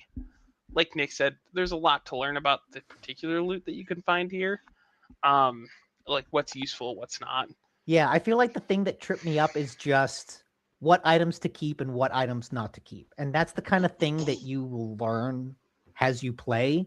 But I kept looking at it, I'm going, what is a static casket? What is a unstable diode? Like, do I want to keep this? What is this? Is this trash? Is this currency?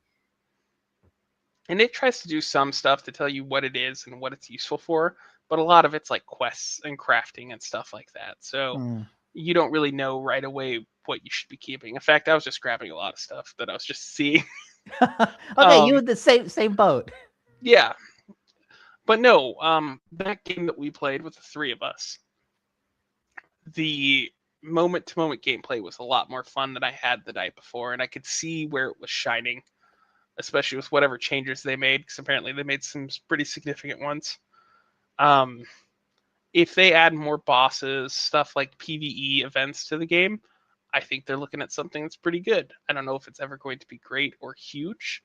The genre itself is niche to begin with. But I think they have pretty strong foundations if it gets the chance to evolve. Because that's a real big question nowadays, if something like this is going to get the chance to really spread its legs and get going. I know, I haven't seen it, but apparently on release they were adding like a new map that was going to be kind of raid-like. And I don't know what that means exactly. If there's just a stronger enemies and better loot. And like, so you expect... Good. Raid usually implies some sort of big multiplayer event. Yeah. But in an extraction shooter where everyone is your enemy, I assume it means you go in loaded. Like, bring your best shit with a team, because you're going to be fighting other people with their best shit in a team and hard PvE like units. Or you go in with nothing, with the guy that can go invisible, and you wait for everyone to kill each other, and then you just loot the scraps. That too. And then that way, if there are raids like that, where it's like really strong PvE events or maps that are going to drop really good loot, I think that's something that could set it apart from something like Tarkov. Because Tarkov is the same maps every time you go in, and there might be a boss on the map, but like there's no big change. And so you can kind of know what you're getting into. There is one map that has really high-end loot and like strong, if it's essentially that. So Tarkov has one of those. If this is more cinematic version of that, that'd be cool. That game that we played, me, again, not trying to like crap on you, Nick. But we killed 11 people. I had killed 5. My buddy had killed 6, and we had revived Nick a lot that game. I think I killed at least one person. I contributed a lot, huh? We played more than one round. How much is a lot? What do you mean? Do you remember the number of revives? Number of revives? I think I had revived 6 people, but I was the medic. I think my buddy had revived 4 times. So understand, we killed 11 people and we had like 10 revives. And I think me and my buddy went down twice a piece. So do the math. Maybe 6 times for Nick. See, I was just out there being the bait. They shot at me so that they didn't shoot at you. He actually kind of was, because he would go down and they would get greedy and try to finish him. And me and my buddy would flank and start unloading on them. Or we would let them like, oh, no one else is shooting at us after they shot. See, I told you. Hey, Nick, go around the corner, take a look for something. Can you go over there and read that for me, please? Look, I'm not saying I purposely used Nick, but when the situation arrived, I thought it was tactically relevant to flank while Nick was crawling away. Yeah, tactical incompetence. I like that. Tactical incompetence, great. All right. I'm interested to see where this game is at in a year or 2. This looks like actually a lot of fun. Not gonna lie. This looks like very much catnip for multiplayer for people like Pilot Chris and Nick and me and you. Yeah, anyone that liked Destiny should probably play it because they'll probably enjoy it. If you're solo, maybe watch a guide about what things need first, and don't take your friend who never plays extraction shooters into the game and just be like, "We'll figure it out, bud. Don't worry." Or do it, but just tell him, go over there and read that for me, will you? Or do it. Use him as bait. Yeah, do it and record it. That's the real answer. Anyways, yeah, short marathon stint. I may go back to it one day if my buddy picks it up because I enjoyed it. Nice. All right. Okay. So before we get to news, I did remember one other point about Crimson Desert that is worth mentioning. I'm playing on a base PS5, and there was a lot of talk before it came out about performance. Apparently, it runs really well on PC. I haven't had any frame rate or any performance issues on the base PS5 unless I am running in balanced mode. So, like a lot of games now on consoles, you can choose between performance mode, which increases the frame rate but lowers the resolution, or you could play on what was the other one? Quality mode, which increases the resolution but lowers the frame rate, or balanced mode, which is kind of a combination. It tries to meet those two in between. Medium. Yeah.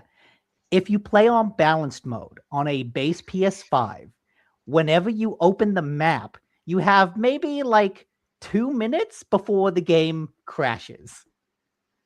Like solid stops moving, take my hands off the controller, wait 5 minutes, and eventually a thing comes up that says the game has crashed. Do you want to submit an error report? And this happens like pretty commonly. You open the map and things seem fine for a second, but if you scroll a little too far, a little too fast, whole thing crashes.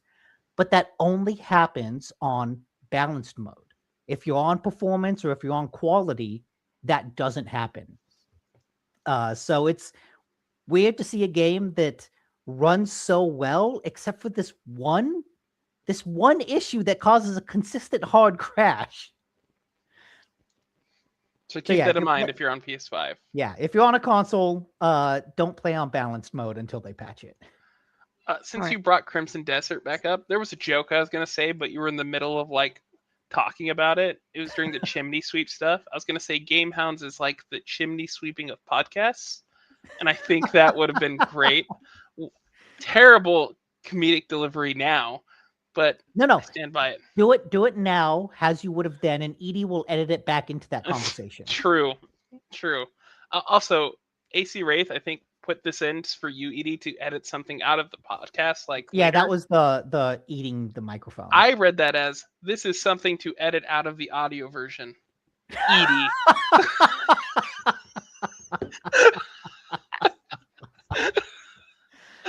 Edie free podcast.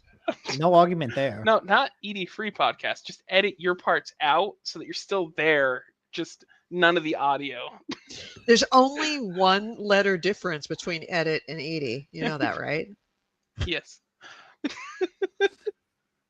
All right. So I'm a beer in, finally breaking into the Pliny the Elder that I bought for you, Nick, that you didn't drink. I blame you. Super Bowl. Oh, I had 2 cocktails. I know. Well, you're an amateur. I get it. You weren't really prepared for the day. But yeah, I bought 2 Plinies for you that have been sitting in the refrigerator. So now here's my reasoning.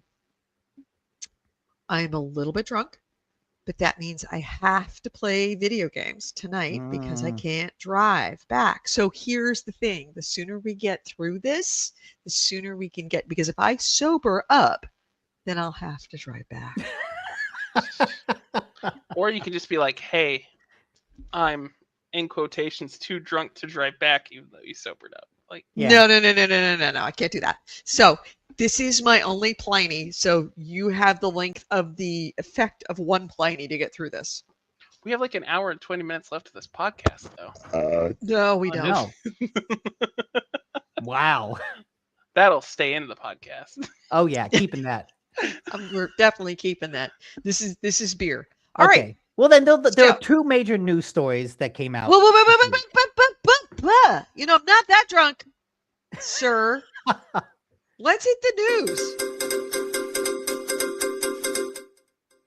This is the GameHounds news, the news, using commentary of the week. Maybe Nick Nicola and Creation Chaos Andrew Smith. I love having you here.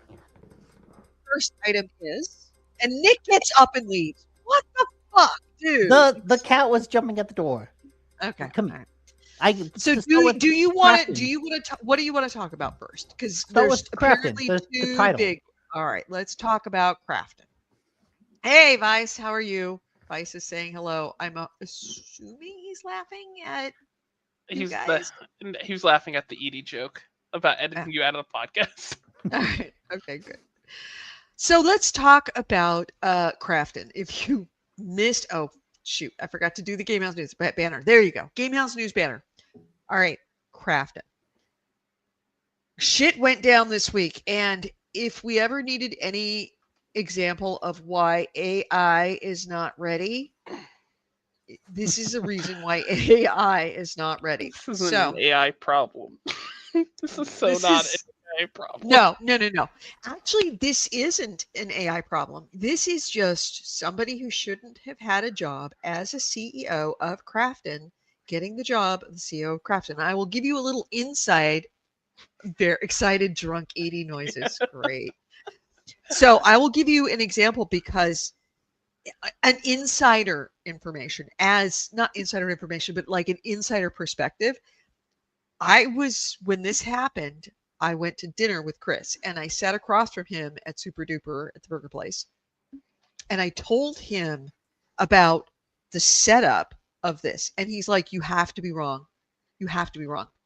The math on that doesn't work. Like, you're off by a decimal point. I'm like, no, I'm not. And I had to bring it up and show it to him saying, I'm not off by a decimal point. He's like, so anyway, let me get into it.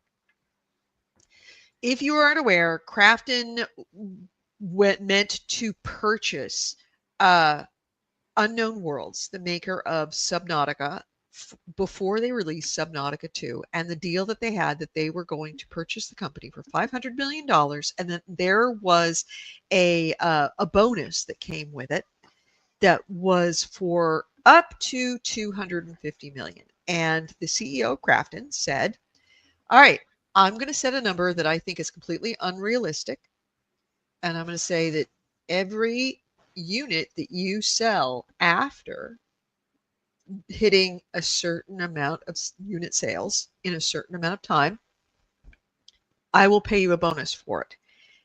Thinking he would never have to pay that bonus because he thought to himself that he had set an incredibly unrealistic, unreachable expectation of what Subnautica 2 would sell in a certain amount of time. So,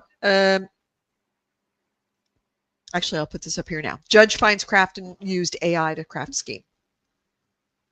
He realized before Subnautica 2 came out, he realized that he had made a horrible mistake because it looked like, according to projections, that Unknown Worlds was going to make this benchmark that would trigger the beginning of this $250 million bonus, and that it looked like he was going to end up spending about an extra, because he gave him $500 million for the company. It looks like he was going to end up having to pay this bonus. Of the estimates were between 191 and 250 million. So yeah, and that's he was going to have to lose most of it. If Subnautica 2 came out, they would have hit the goal. Right. That's what his projections showed, was that it was not just going to hit the goal. It was going to hit the goal in such a way that it would collect most of the $250 million that he had promised as this bonus that he actually never intended to pay, because he thought he'd set an unrealistic number, and they accepted and thought, oh, I'm so smart. I'm the smartest person ever. They'll never make this number. It'll never happen. Good old rock. Nothing beats rock, he said, when playing rock, paper, scissors, and all of a sudden it came up rock. So in his effort to not pay this bonus, he fired everybody, all of the leadership of Krafton, even though that was against the original agreement with them. Sorry, not the original Krafton, but he fired the original leadership team of Unknown Worlds because they were supposed to have autonomy. It was part of the contract, the purchase contract, is that they were going to stay independent, be autonomous, run their own thing. You were going to be hands off.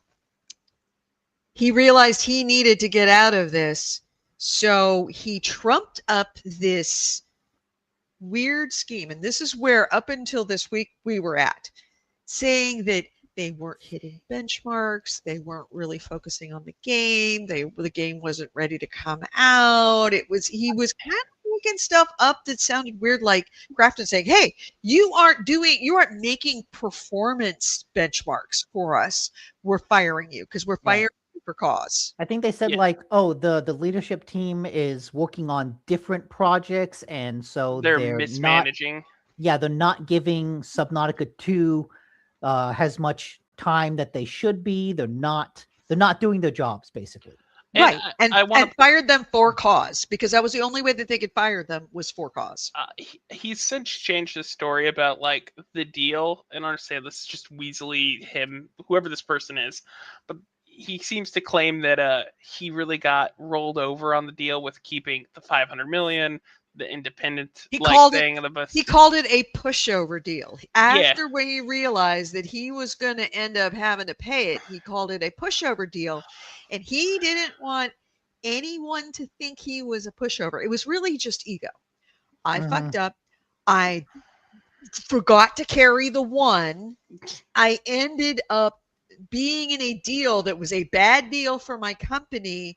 I don't want to be seen as a pushover. This is going to come back to me. This is going to make me look bad and incompetent. So what I'm going to do is I am going to do everything I can to fire the leadership team, quote unquote, for cause in any way that I could possibly do it to keep from having to pay this $250 million. That's where this whole discussion ended last we checked. And of course, Unknown Worlds team, their leadership team that got fired, took it to court and said, "Fuck no, wait, whoa, we didn't do anything wrong. I think you're trying to get out. I think you're trying to get out of paying us." Yeah, so to court. My experience with this was I had seen like articles before any of the firings that was like, Subnautica 2, well on track, like things are shaping up really good.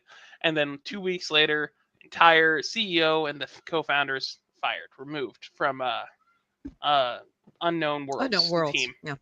And it was a little back and forth of like, well, they were mismanaging it, that's why they fired. And then they broke their NDAs, I believe, and they were like, fuck, no, we did not. We were doing great. And then they started the legal proceedings. Right. So the legal proceedings finally went to court this week. So in the judgment made by the let me see if I can find the information on it. The name of the guy, I can't remember, but the judge Bill. Yeah, Judge Bill. So this is directly reading out of the judgment. The equity purchase agreement on October 29, 2021, Krafton and Unknown Worlds entered into an equity purchase program. Krafton purchased 100% of Unknown Worlds' outstanding equity for $500 million upfront payment.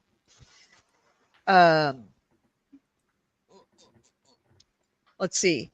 Cleveland, McGuire, and Gill, who are the key employees of Unknown Worlds, and other Unknown Worlds team members also became eligible for a $250 million earn-out payment. Eligibility for the performance-based earnout determined Unknown Worlds revenue from December 31st, 2025,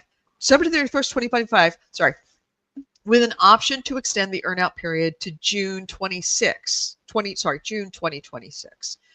The earnout formula is highly leveraged.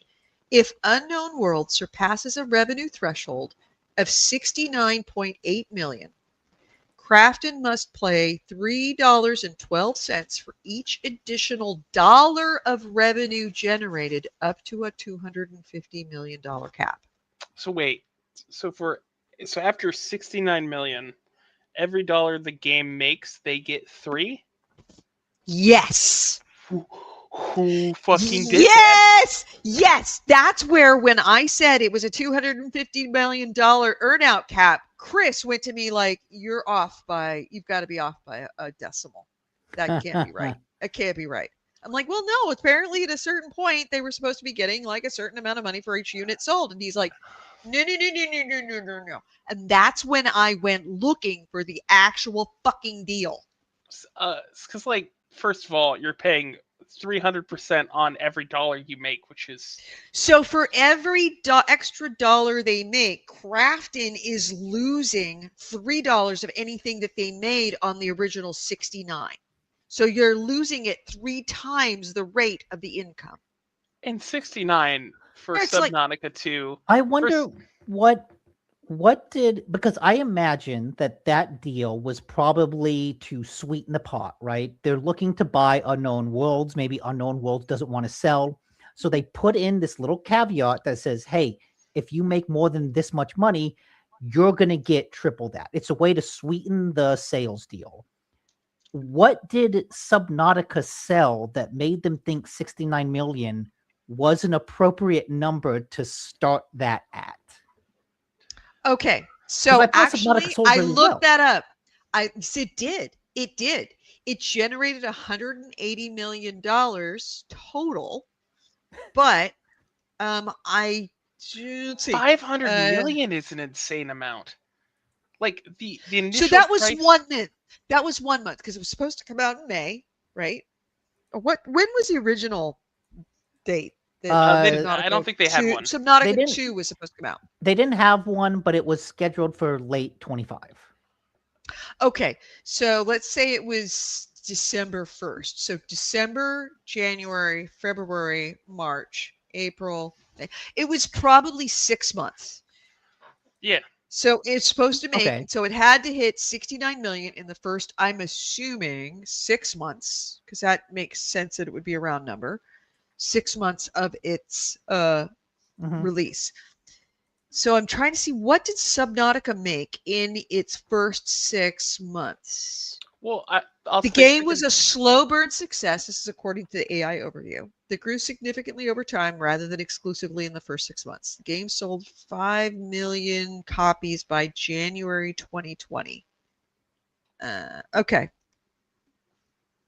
It doesn't really have an idea. I can't really find out how much it sold in the first 6 months, but it was, according to AI, because of course AI is so damn smart. We'll get into that. We haven't mentioned the AI, how AI worked into this. It does make sense that it's a slow burn because look, it was a slow burn. When Subnautica came out, nobody knew what Subnautica was. Exactly. Right? That's why Subnautica 2 would have absolutely sold more. Yeah. It wouldn't have been a slow burn. It would have been the opposite of a slow burn. A lot of people would have bought it at the beginning and fewer at the end. No, yes. Here's also something about Subnautica 2 is it is a co-op game compared to 1, which was going to be huge for them. And means that they were going to have to, in order to play the game, you're going to have to sell 2 copies. It's 4-player co-op. So 4 copies. 4. Wow. Yeah, so you could have people buying it for them and their friends. And now it is a name brand that people really enjoyed, but a lot of people didn't get into it because a lot of people scared of the ocean, but because they couldn't play with their friends. And it's a survival game, which is just in general sells gangbusters for co-op friendly like people. Bottom line, it was a stupid deal. He underestimated how much it would sell in the first 6 months. And he offered them. And of course, I'm sure they looked at that deal and went, you've got to be fucking joking, right? I mean, even Chris, as I said it, before I even looked up anything, I'm like, did you hear what happened with Krafton? Okay, so here's the background on Krafton. I got like 10 words in, and he said to me, you have to be off by a decimal point on this one. Unknown Worlds leadership team probably saw that come across and went, Okay. Sure. Are you sure?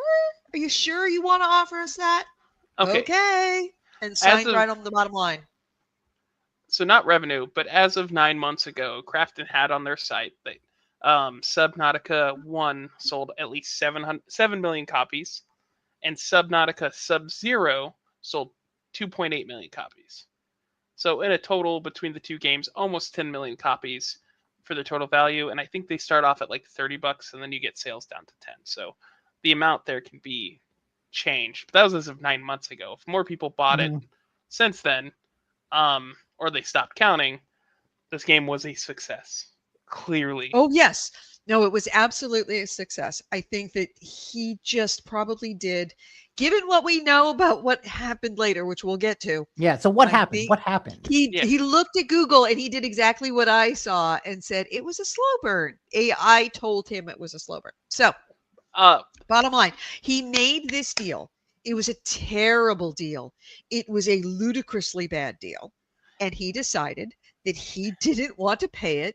And the only way, well, he went. I want to make a point. He asked an AI, how do I get out of this deal? And the AI told him what to do. It didn't start there. He went to his legal team and went, how can I get out of this deal?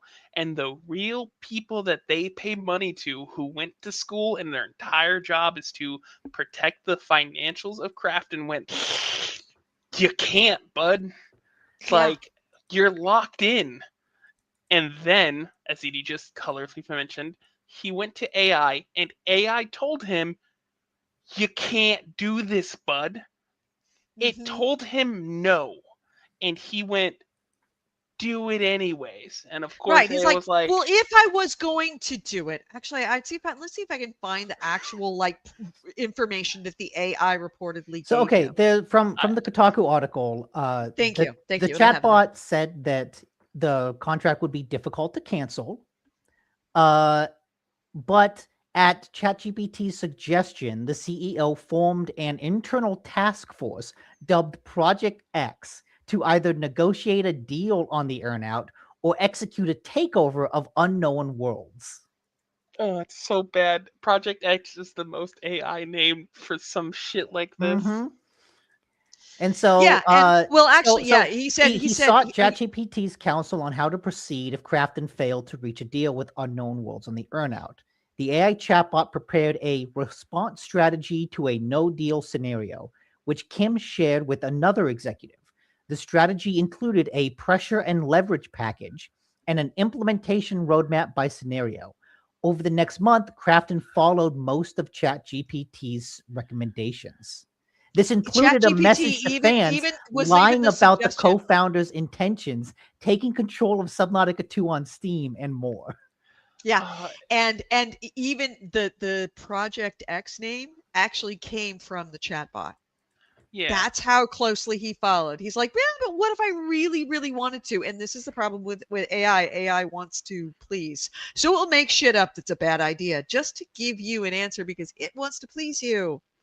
And it gave him an answer, but of course it was very, very transparent that this was a bad idea, and the judge, the judge in this case ordered, after it found out, not only was there, what was it? Vice says plot twist: CEO did in fact not want to get out of the contract, but just as a humiliation and find him fetish, a financial domination fetish. Right, yeah.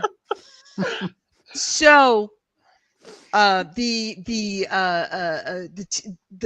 judge found, because of course, you talk to chatbots, it leaves a mark. It leaves records, and they found out what the chatbot told the CEO of Krafton, and the CEO of Krafton did it, and then they realized, oh, when your prompt is how do I get out of this deal, it kind of is the smoking gun of he did this to get out of this deal. Yeah, I mean, not just that, but that he followed it to the letter, changes. I wonder if he was like, hey, after his legal team told him it was a bad idea. Yeah, it's a bad idea. Yeah. I wonder if he went to ChatGPT, hey, I'm buying Unknown Worlds. Is this amount a good deal? And I was like, oh, was yeah, ChatGPT part of the original deal? It probably. I don't know how long ago was that. It was a while ago, actually. It was like quite a long time ago. ChatGPT might have not been up and running the way it is right now when he asked it. But I can guarantee that he probably did exactly what I did and said, "Tell me how much." What was my prompt? 2001. 2001 is when they sold. Oh gosh, yeah, no. 2020, yeah, 2001. ChatGPT didn't even exist. From my remembering correctly, because I don't have it in front of me, it was make the task force, have the task force try to get out of the deal. The CEO and co-founder said no. Then do the whole like they mismanaged, and then use fan loyalty or brand loyalty to turn the story to your for your favor. Yes, it told you to turn the narrative, to actually lie and use fan loyalty to turn the narrative in your favor so that the community would turn on Unknown Worlds leadership team and essentially make you the anointed one, because of course remember, Krafton is the one that does PUBG. So they do have a certain level of fan loyalty. Did being the operative word. I thought it was just use Subnautica's brand loyalty to be like, we're protecting Subnautica too by getting rid of because that's what they did. That's what they argued. They said that, they're not working on the game. We want the game's not ready for early access. We want to work on it more. Right. That was the narrative they tried to portray. So now the Unknown Worlds leadership team is kind of in a weird situation in that the judge has just reinstated them to their company that is owned by the guy that tried to screw them up over. So he didn't do the whole team. He did the CEO. Only the CEO with the authority to rehire the co-founders. I still don't know if they've done it yet, but he, according to the judgment, he thought it was excessive to force the company to rehire all three. So he just made it the CEO, and then with the option to hire back the two if the CEO wants to, which is its own problems and is weird because I don't. Hopefully, that guy's a good guy. Yeah, but now it's Edward Guild is his name. name. Yeah, he's Edward Guild, who was forced in, according to this, I'm reading this out of the direct judgment. Edward Guild is hereby reinstated as CEO of Unknown Worlds, and his period of operational control will be extended by the time that elapsed between his wrongful termination and his restoration. The July 1st, 2025 board resolution is declared ineffective, and to the extent that it infringes on Guild's operational control rights. So on top of that, this period of performance to meet these goals to get the bonus has now been extended by the period of time that that they weren't there, that the Unknown Worlds people were fired from.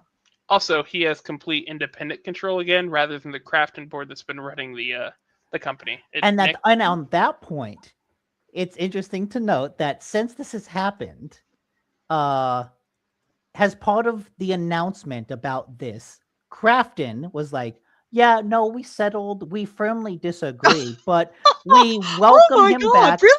Blah, blah. By the way, Subnautica 2 ready for early access this May. In May. Yes. They announced that.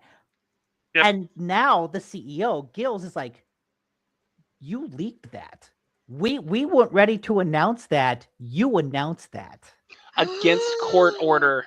That's the most recent thing, is he is once again suing Krafton for the obvious intent to harm the launch of the early access, because maybe it would have came out of May. It very well might have, but they were not ready to announce that because they wanted more promotional materials or like the ability to extend that without having a deadline, so that if they delayed it, like they wouldn't have to say it was a delay and hurt like the fan base, especially after all this stuff that's come out. I think they specifically say the entire process was supposed to be driven by Mr. Gill. However, in defiance of the court's opinion, Krafton has now taken that away. Mm-hmm. Let's call this guy by his name instead of it just making Krafton, because clearly this is the CEO of Krafton fucking up over and over, and then not like after he's already been humiliated by his own fucking ineptitude on numerous levels, on the purchase, on the payout deal, the bonus structure, and then on using AI, the man should be fired instantly by his board of directors. Oh my God. His name is King Chang Han. He's the CEO of Krafton. Kim Chang Han. Yes. Kim Chang Han. Remember this guy's name. Say it over and over because it can't just be Krafton. It's not Krafton. It's this guy. This guy is an asshole and he's running Krafton and he needs to have his name attached to this. Say his name. Say his name. Anyway, sorry. This pisses me off to no end. Anyway, moving right along. But yes, that's, I think, the most recent news about it was what Nick just said about it being them announcing the release date without the CEO's involvement. They were just oh my God. He can't even let it go. Even after he has been humiliated by his own total ineptitude. He's got to be one of those. There was the names. I used to know the names. Chaebols, the families in Korea. Chaebol. Certain families were given rights. Were given corporations when Korea in the 1970s or whatever it was failed and the government took over all corporations. They handed out corporations to certain families and those families still run pretty much the industry of whatever that sector of industry is. Like the Samsung Corporation is run by a family, the gaming run by a family. And they're known as chaebols, which are essentially families that are the financial and powerful elite of South Korea that are almost beyond touchability. You know, they're untouchable financially. They're untouchable and because is that who he is? He has to be. There's no way. There is no way that somebody could be head of a corporation that isn't chaebol. Also known for being incredibly incompetent at what they do, but they're there because of heredity. It's the ultimate Nepo baby when it comes to entire families. Yeah, in the chat, Vice says they're a state in the state. You cannot overstate their power. Yeah. Chai Boy, which honestly looks like something I'd order at Starbucks. It's Chaebol, Chibol. Okay. Yeah. And I'm sure he'll look it up. Vice says, a close friend of mine was part of one of those families, and just the tiny pieces I picked up in the background was insane. Yeah, that's like the airline industry is run by a particular family. That is the Chaebol family of the airline industry. The electronics industry is run by a particular family of the Chaebol. Their broadcasting industry. Each of these industries are run by family. It's a bit like a mafia. But without like the underworld, but so powerful. Like I said, it's hard to understate the power that these families have. And of course, they hand out all the corporations within that industry to members of their family to keep the power structure. This guy has to be chaebol because you cannot. If he would be gone, he would be gone. As soon as he signed that deal, he would have been gone. The fact that he's still there and still making decisions like, I'm going to now fuck over these guys, shame is a big thing. I do want to point out that that's the only reason why he's still there is because he's got to be chaebol. Apparently, they have up until September 15th this year to make up those sales for the $250 million. By the way, so what's if anyone, September 15th, 2026. Wow! So it went from June, which is what it was before, June 30th, to now September. It sounds like 6 months. Because of those 6 months that the Unknown Worlds leadership team was fired and no longer running the company. Now they've got those 6 months tacked on to the expiration date. If they launched in May, they'd have maybe 5 months. Yeah, roughly 5 months. Yeah. So also, I think there was also the chance to extend it based off of extenuating circumstances if they don't make it by September 15th. And I assume that's in case like Krafton tries to screw with him, or if like whatever they decide to, hose the announcement of the early access in order to wreck the sales and make the announcement before all the press materials up and before all of the infrastructure for this announcement to come out in order to take the sales? Or if he's like getting back into the swing of things and that delays like development because he has to reintegrate himself what he's been out of for. He has to rehire his team. His team all left. His team was fired, and I'm sure that a lot of the leadership. Just the leadership was there. Leaders. I'm sure a lot of people left. I'm sure some people left the company simply because they saw the writing on the wall that it's like, this looks like a company in trouble. If I'm offered a job somewhere else, I'm getting out now. I'm sure that there had to have been more moves than just the leadership team being yanked out of the company that affected the normal operation of that company. And I'm sure that some people left because of it. I'm sure the operation got totally screwed over by this. Oh, yeah. Yeah. But I think it was just the main team outside of people who may have quit and just solidarity. In which case, I hope they can get hired back. Here's the question. So, I'm of the mind that I want to buy like 3 or 4 copies of this game. But obviously it's going to hurt Krafton if they meet these sales goals. But it's also going to help Krafton if they meet these sales goals. In like a broader sense. Where do you guys land on the ethical concerns of how bad we want to fuck Krafton over or help Unknown Worlds in this situation? Buy just enough so that you trigger the payout and then stop. Right, exactly. But we can do the math. We know what the deal is. We already know what the deal is. The deal is on paper. It is $3.12 for every dollar made after $69.8 million. Oh, I'm sure they're not going to let we can track. There's nothing to stop Unknown Worlds from releasing those numbers every single day. And if they wanted to fuck with Krafton, a really good way to do it, because there's nothing in that contract that says that they have to, probably nothing in that contract that says that they have to hide their revenue numbers, is keep a running total of how much money the game is making, so that, without suggesting it, I could go online and see how much money it's made and how much, and it could do the math for me. Tell me what the bonus is. And when it reached 250 million, stop. Just tell me. Honestly, have to say to people, stop. People might go buy more, but that's exactly right. Is it, even if we wanted to, you and I could make this without, we don't have the actual numbers, but we could put in the numbers of sales with estimates based on what the release is. And, like give a rough estimate of what the sales would be and how much money that translates into Krafton paying Unknown Worlds, and have a ticker that essentially does this. And when it hits 0, you can go online and see, hey, every dollar after this goes to Krafton. They'll just pirate the game after that point. I mean, don't do anything illegal, guys. We don't do anything illegal. This is not legal. No. This is math. This is purely taking the information that we have and the math. No, he's talking about afterwards. Like what I said.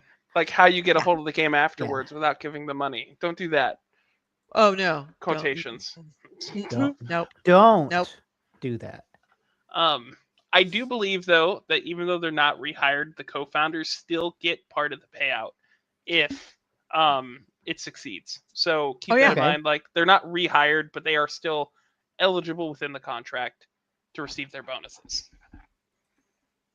So yeah, this is what it all. This is all stuff that came out this week, and it was like I was glued to it, like it was the latest episode of Housewives of South Korea. I could not take my eyes off of it, because as it was coming out, it's like, oh my god,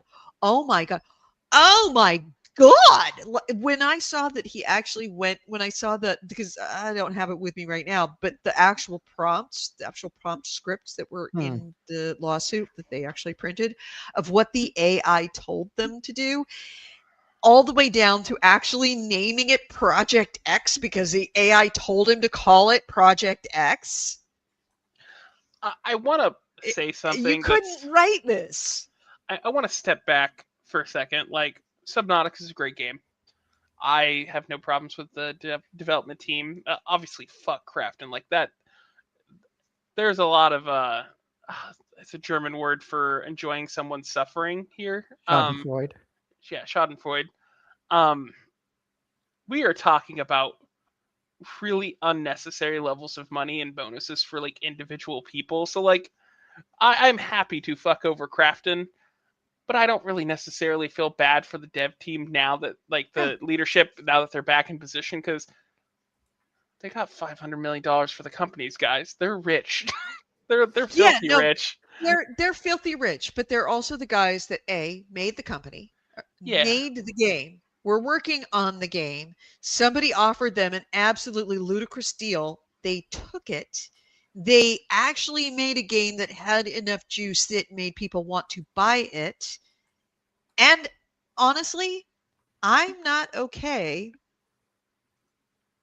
trying to run this through my filter and decide if this is xenophobic. I am absolutely not okay with a foreign company run by an incompetent coming into my country to buy a corporation and then makes a bad deal and then tries to skirt my laws, not his laws in Korea, where he can just do whatever the fuck he wants. My laws. I want Americans my company. American laws. Only Americans can skirt American laws. No, that's I have no problem with screwing over American laws. American laws are not that great for the little guy. I don't trust these foreign oligarchs. I want homegrown oligarchs. Listen, I don't get to go after the foreign. I'm not a fan of oligarchs anyway, but it's like, to be honest, you want to screw over it's an insult to me as an American that someone could think that they could so easily subvert my justice system to subvert my laws. That's just a bad I don't know. Have you seen what else goes on in the US? I feel like he was probably on solid ground. I'm not gonna lie. No. How can I fuck over American employees? Oh, they love getting fucked over. They're fucked over all the time. Yes, that's the thinking. Yes, that's the thinking. That's what bothers me, is that he thinks that he could come over here and fuck over Americans because apparently we love it. Here's the thing. We don't love it. We don't love it from our own people, but at least our own people do it with human fucking beings and don't insult us to the level of using an AI to try and fuck us over. That's insulting. Have you seen Microsoft lately? Well, Microsoft has a legal team, and you know what Microsoft does when it wants to fuck people over? It walks over to the legal department and asks the legal team what to do. And the legal team says, you can't get out of this. And they go, okay, all right, let's find some other way in cohorts with the legal team. You know what they don't do? They don't walk over to ChatGPT and make them do it. That's where I'm insulting. That's where I'm insulted. I can absolutely see Sad Nutella going, how many people can I lay off? And hey, giving him a number. Hey, yeah, Nutella goes, hey, Google. Hey, Gemini. Right. But if Sad Nutella said, hey, Google, how do I screw over everybody in the United States? I would be just as angry about this. I would be just as angry about an American company that actually did this. What this was is that, and I think that it's hitting me hard because I know of the shut up, Google. I think this is just silly and incompetent. Like the level of incompetence. Yeah, it's silly and incompetent. It's just a bad CEO. It's a bad CEO who shouldn't have done what he did, who tried to screw over people, doing a good job making what was ostensibly sounding like it was going to be a good game, got himself into a situation where he was embarrassed about the deal, the quote unquote pushover deal that he got into himself with. He made that deal himself and then tried to hide his incompetence, hide his mistake by going to an AI to try to essentially illegally subvert the company from the people who built it. There's nothing good about this entire story that makes me okay with Krafton. Yeah, agree with that. So anyway, the bottom line is, the minute this game comes out, I'm buying 2 copies. I'm gonna give away copies on the show. I'm gonna give away copies on the show. Okay, I'll buy a copy because Absolutely. I like Subnautica. I just like Subnautica. Subnautica's good. You were the one that played Fun Subnautica, game. and I never got around to do it. I think I bought it and I didn't play it, but if it's with multiplayer, I'm so It was a guys. pandemic game, so it was perfect for that, and it was like free, one of the free PSN games. I think it's probably one of the things that Krafton also looked at, is that it came out during the pandemic and thought it can't duplicate this because it's not the pandemic. There's a number of reasons why I can see that they had thought that they it came out before the unrealistic number, but yeah, it hit during the pandemic. It really hit in earnest during the pandemic. So I can see that they, all the reasons why they might have thought that the number that they created was unrealistic, but when they realized that that number was realistic and they were going to make that minimum amount, they should have just sucked it up and taken it. Should have just sucked it up and taken it. You know, you make a bit, kind of like ordering a credenza. Like hitting the wrong button while talking to a friend and buying a $15,000 credenza. Yeah, I paid $1,000 to get out of that deal, but I also made the mistake. Now, am I happy that I paid $1,000 to get out of that deal? No. Did I have to negotiate down to $1,000 to get out of that deal? Yes. Did I pay that $1,000? Did you use ChatGPT? Yes. I did not use ChatGPT. Honestly, like, he would have been better off just being like, all right, I'm going to pay this out because I kind of have to. We're going to make sure that this never goes on sale and we have a long tail end for it. And then we're going to start Subnautica 3 with literally no incentive bonus like this. And just hope that 3 gets you back all of your money or whatever project they work on next. You screw up, you take your lumps, and you figure out a best way out of, best way forward. You don't go and try and screw over people to hide the fact that you made that mistake. Yeah. I think we've pretty much covered everything about this. Yes. I mean, speaking of AI being shitty. Oh, yeah, DLSS 5. Let's hit it. Yep. NVIDIA showed off DLSS 5, and everyone soundly rejected it. So, okay, Andrew, you know about DLSS 4. What is DLSS 4? Okay, so DLSS in general is a form of upscaling using AI. All it does is, so for instance, say you're playing at 1080p resolution on a monitor, right? Like, your native resolution is 1080p, so when you're playing a game, if you have no upscaling, it has to calculate and digitally output. Stop it. Not you, Andrew. Edie. Okay. So at 1080p, there's a certain number of pixels, and I forget the exact amount, but it's millions. The thing that makes graphics cards hard to run is it has to output all of that information across your pixels.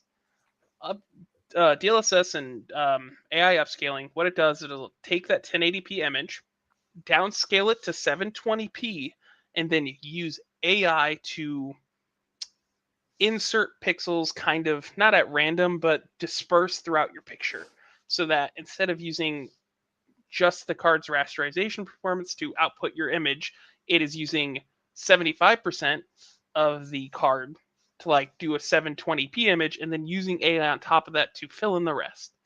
And all 4.0 is a maturity in the process. So it started off with 1.0, kind of stuck.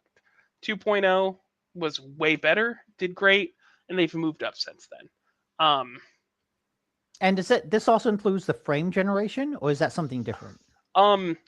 Frame generation uses the same principles, but instead of inserting AI pixels into your frame, it just takes the motion vectors of your frame and then guesses what the next few frames would be.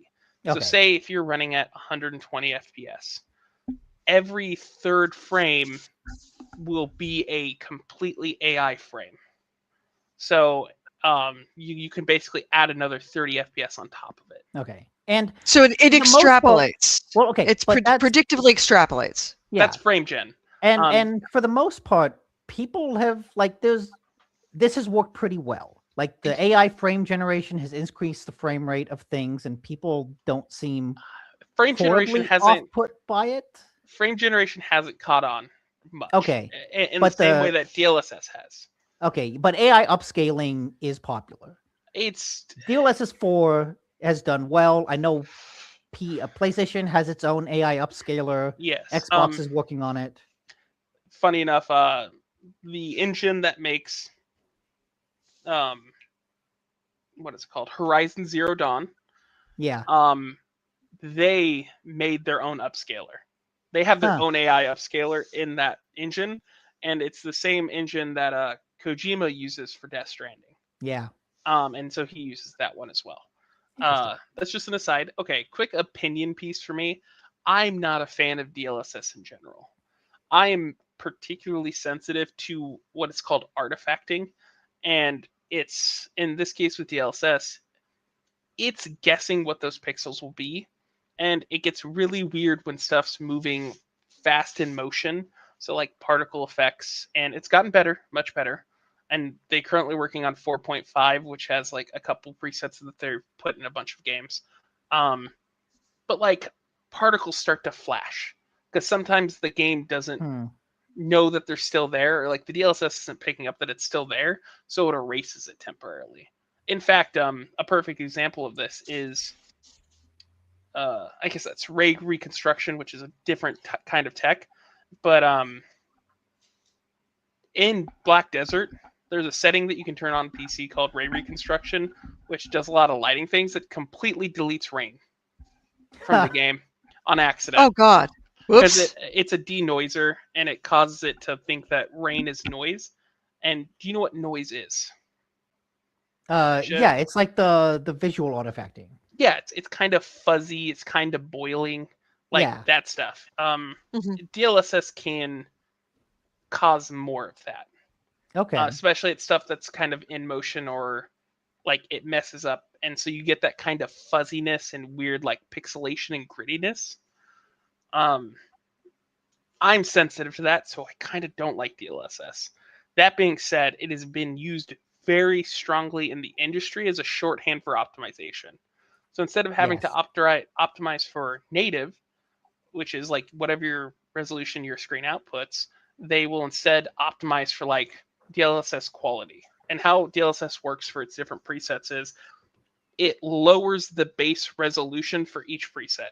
So quality might be, if you're working on a 1080p monitor, quality might be like 760p. Balance might be 720, performance might be 520. So the base resolution goes lower, the more like performance you want out of DLSS, but the lower you go, the more the AI is assuming that things look like. So it gets progressively worse visually because of the artifacting for it. Yeah. DLSS 5 is none of this. Yes. So that's all like backstory. Yes. DLSS 5 is the next advancement. And this is the Xbox One of marketing. It is so bad. They put out a video.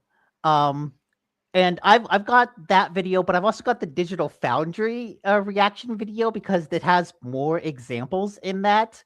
But one of the examples that people have been showing off a lot, but remove other media. How do I, remove. Understand with DLSS, you are still working with your base input from your graphics card. Yeah. That is still just the AI guesses what should be inserted into your frame to upscale it back up. And so this was a video of Resident Evil Requiem. This is the main character, Grace Ashcroft.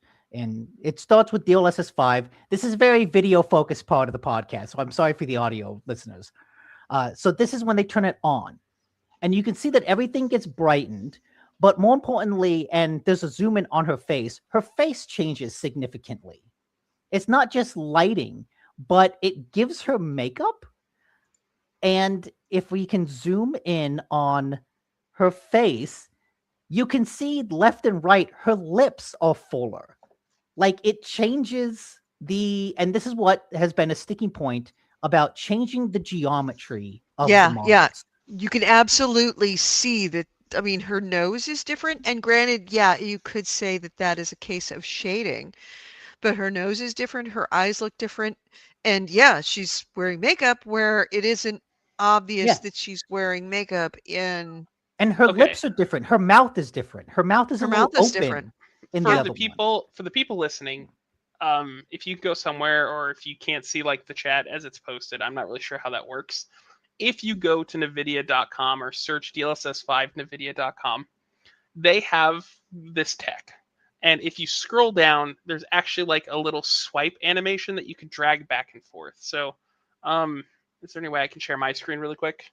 Yes. Okay. Gotta hit the computer. Okay, % share screen. Select a window for the screen. I'll see it when it comes up so I can put it in for you. Okay. This is directly from their website.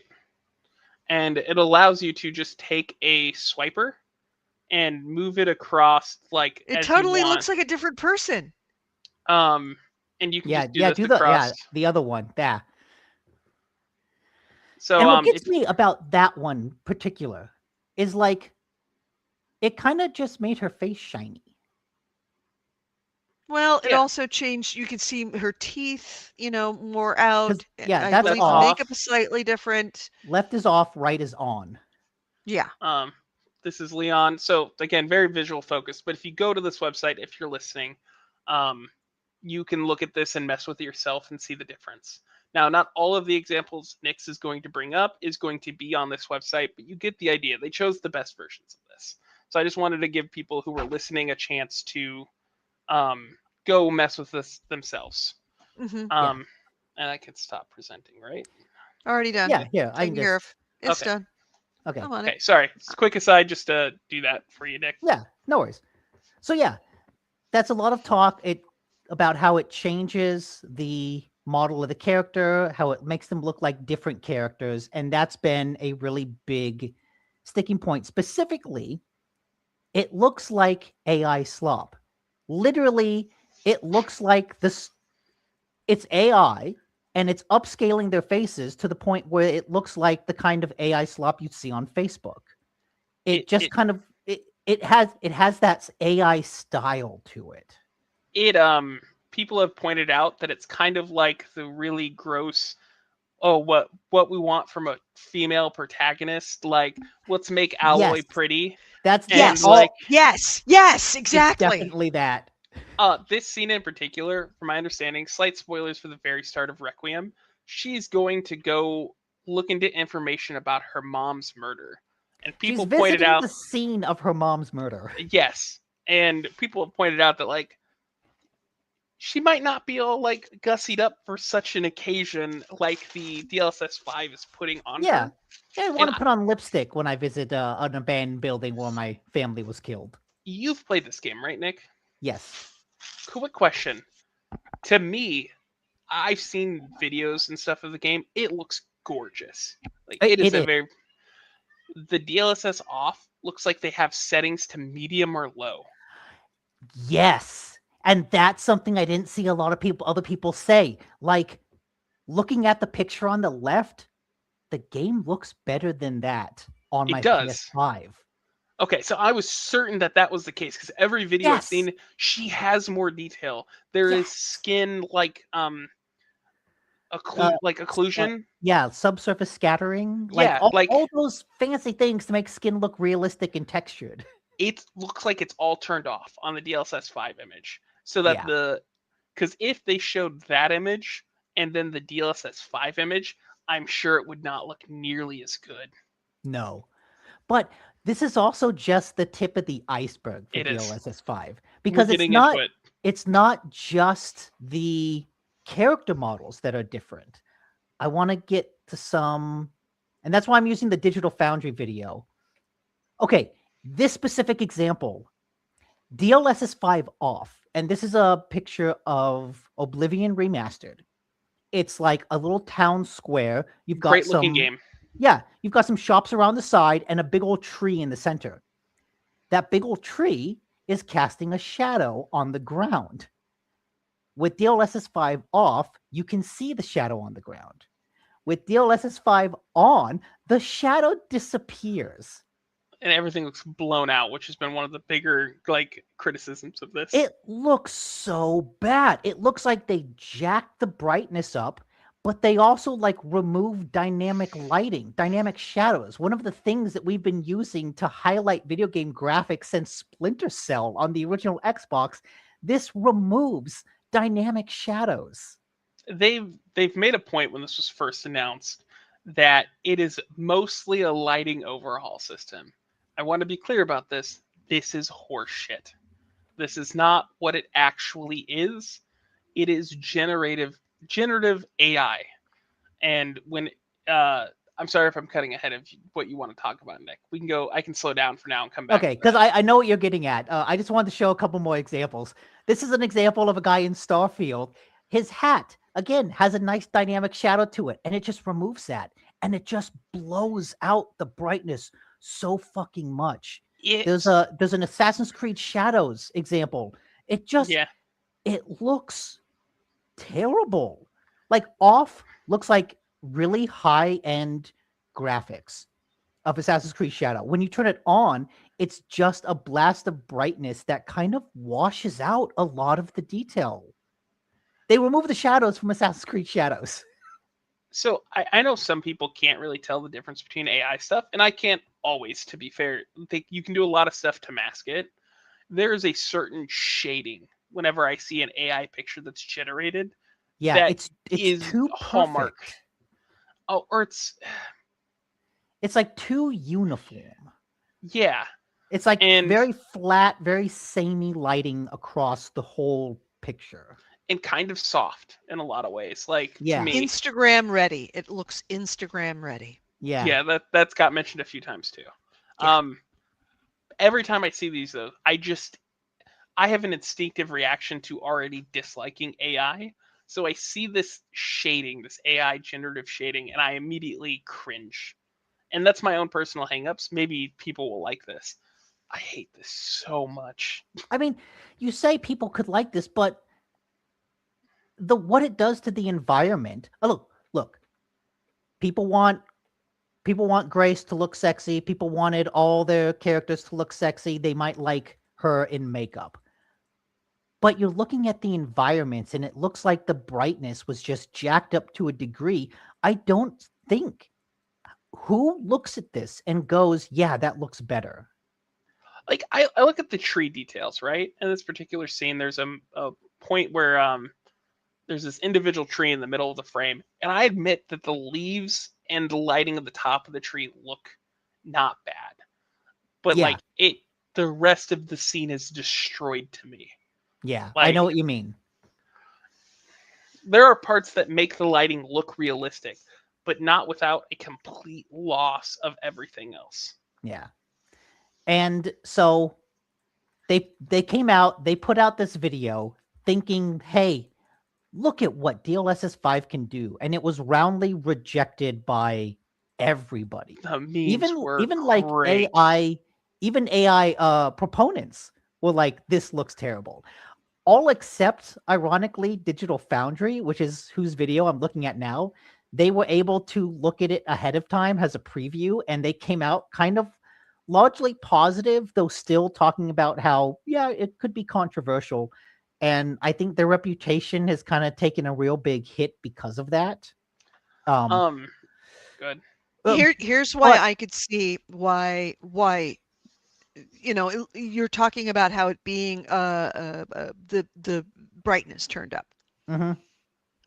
That when you increase the amount of detail within things that are darkened, then you can't actually see the amount of detail being increased. It's the tree falls in the forest kind of situation. If you have incredibly beautifully rendered leaves, but you can't see them because it's too dark, then why render the incredibly beautiful leaves? It's pointless. it doesn't happen. So they're increasing the brightness so that you can appreciate the increased detail. So it may be, and I'm playing devil's advocate, but they're increasing the brightness not necessarily as part of the DLSS, but because the DLSS is there, they can increase the brightness. Like, sure, but there's a way to do it right and a way to do it wrong. I mean, ray tracing was the big buzzword in graphics a couple years ago, and that did make lighting look better. This undoes ray tracing. This is a step back from ray tracing and dynamic shadows. It's a step back from all of the graphical advancements we've had over the past decade. I will say they've reduced the contrast. I don't know if they've increased the brightness or reduced the contrast, but that ray tracing allowed you to have more dynamic contrast. And now this is actually, like I said, I don't know if they've increased the brightness or reduced the contrast. It flattens it because they want you to be able to see the increased detail. And it may just, I don't know. I don't know if that's part of the DLSS or if that is a result of these videos being made to show you the detail that has been increased by the DL. We have to adjust the brightness so that you can see what we did. Because if we just show you what we did in the same brightness or the same contrast that it was before, then you're going to miss it. You're not going to see the difference. Anyway, moving right along. Go ahead. Yeah. So after the internet roundly mocked this, Google DLSS 5 memes. Just do it. Oh yeah, it's so good. It was gone. Tom's Hardware talked with the CEO of NVIDIA, Jensen Huang, who so remember when Sad Nutella was like, I want people to stop calling it AI slop. It's really changing the paradigm of thought, and we need to stop calling it slop. That's basically his response. He said, quote, well, first of all, they're all completely wrong. The reason for that is because, as I have explained very carefully, DLSS 5 fuses controllability of the geometry and textures and everything about the game with generative AI. It feels like he responded by a lot of the criticism was it looks like an AI filter. And he went on a pretty long rant about how it's not really just a filter. It's not a filter. Let's see. It doesn't change the artistic control. It's not post-processing. It's not post-processing at the frame level. It's generative control at the geometry level. All of that control is in the game developer. Understand that one of the big criticisms for this is that it completely annihilates artistic intent. So his response to this was essentially that, oh no, it doesn't do that. Oh god. Okay, you can't do that. You're distracting me, Edie. Shit. It's gone. It doesn't do that. It gives the people making it as a tool to create content control or controlled content generative AI. So people are like, it's just generative AI, it's a filter, it's everything that we've seen before that's really shitty. He's like, no. The people making the game get to choose to use this. And it's like that doesn't make it less generative AI. Well, also, since then, Tom Henderson of Insider Gaming talked to developers at Capcom and Ubisoft whose games were used to show this off, and they were like, we didn't hear about this. We didn't know anything about this. So he didn't work with the people who did this. Yeah. And apparently, so the devs have full control, but they won't know about it. I haven't found a definitive source for this, but I've seen many people comment that people who worked on this tech say it's just generative AI. It is simply that. So in addition to all that, the YouTuber Daniel Owen talked to NVIDIA's Jacob Freeman. Okay, I don't know Daniel Owen. He does a lot of comparison for hardware. Like, if you want to know what graphics cards are good for what games, he does a lot of good stuff for that. Okay. He talked to Jason Freeman from NVIDIA, who I think is like a PR person for NVIDIA. Oh, excuse me. And Daniel asked him a lot of questions about the specific tech. And the answers kind of contradict everything Jensen Hong said. So one of the questions was, my biggest question is whether or not this model is effectively taking a single 2D frame as an input with motion vectors to create the output frame. This then relates to some clarifying questions about the information you provided. The answer is yes, DLSS 5 takes a 2D frame plus motion vectors as input. What that means... Yeah, okay, go on. I was just going to say, essentially, it's the same tech that uses frame generation, but instead of using like the 3D vectors, like the 3D environment for frame gen, they basically just take a 2D still of the environment, and then create shit for it, and then put it out basically based on where they thought the motion was going to go. And so that means that when Jensen Hong said that, no, this is what is it? AI, generative control at the geometry level. That's not true, because the AI isn't looking at any geometry. It's not looking at the character models. It's just taking a screenshot and interpreting that screenshot.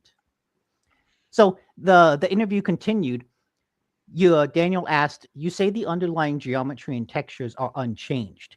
Is the model actually aware of things like 3D geometry, 3D depth, or is it essentially just looking at a 2D image and then reinterpreting it, similar to taking a screenshot of a game and asking the AI model to enhance it to make it look more realistic?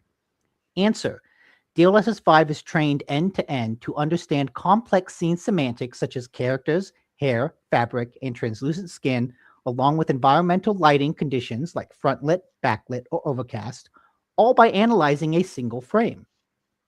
He goes on to, yes.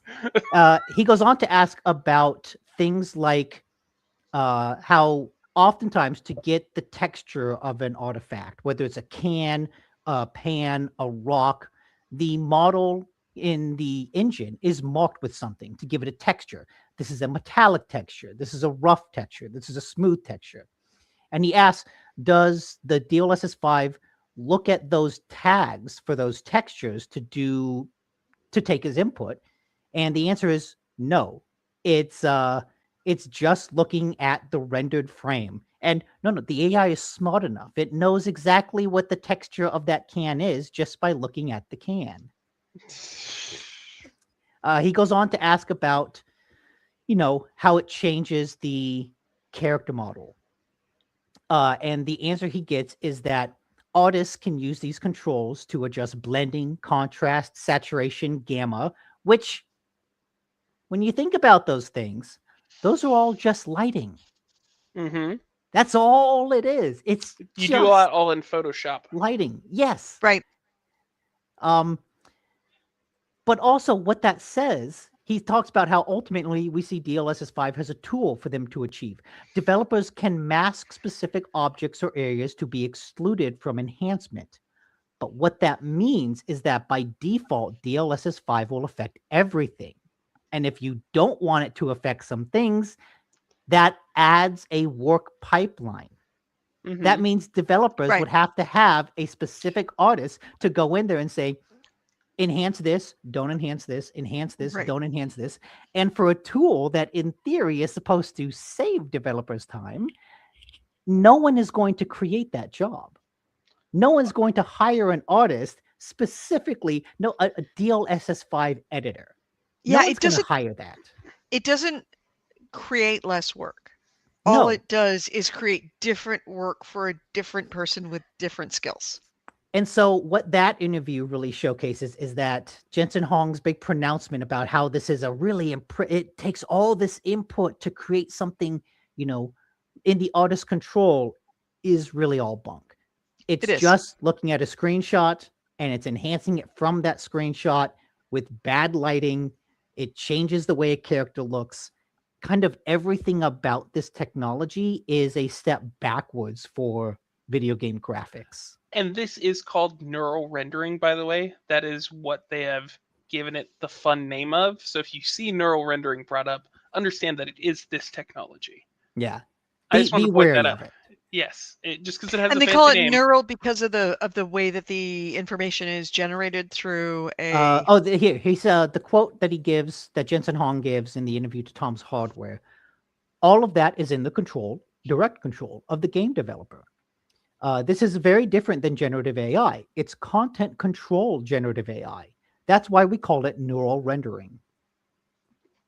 Which doesn't really snake oil. It's snake oil, guys. Yeah. That makes no sense. You want to know the cherry on the top for all of this, like yes. the big thing, the thing that no one says in any of these interviews.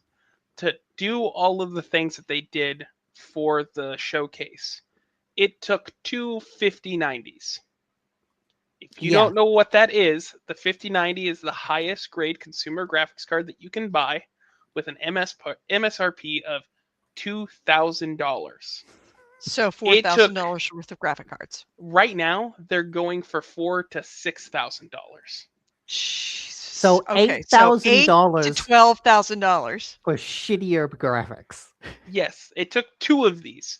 And this is before we get into the fact that AI cannot be consistent. So say you run this on your game, is your character going to look the same from one scene to the next? One lighting to the next? That's a very good question. Never thought of that. Because if it changes what they look like from the original source to the final image, what do they look like frame by frame? Because each time they're going to go in and they're going to look at that information in a new light, and they're going to come up with something different, as I've known from asking it multiple times to generate for me a sad Nutella. It gave me a bunch of different sad Nutellas. Yeah. And maybe there'll be two tools to lock a certain image in. What if that fails halfway through your game? What happens if, like, it just gets really wonky? Like, this is terrible tech, guys. From the ground up, this is designing a tool for a problem that doesn't exist so that you can sell the solution. Yeah. Shitification. By the way, did you both watch the shitification video that was put out by the Norwegian government? Oh, yeah, we did. Great. Oh, go look it up right now. It's put out by their. What do you do? I make things shitty. It shitty. Shitty. My father made things shitty before me. My grandfather made things shitty before him, and now I make things shitty. It's a good video. Yeah. It's the Norwegian Consumer Council about essentially inshitification and how creating problems, taking working things and making them crappier so that they can sell you services to make things or subscriptions to make things back to what they were originally.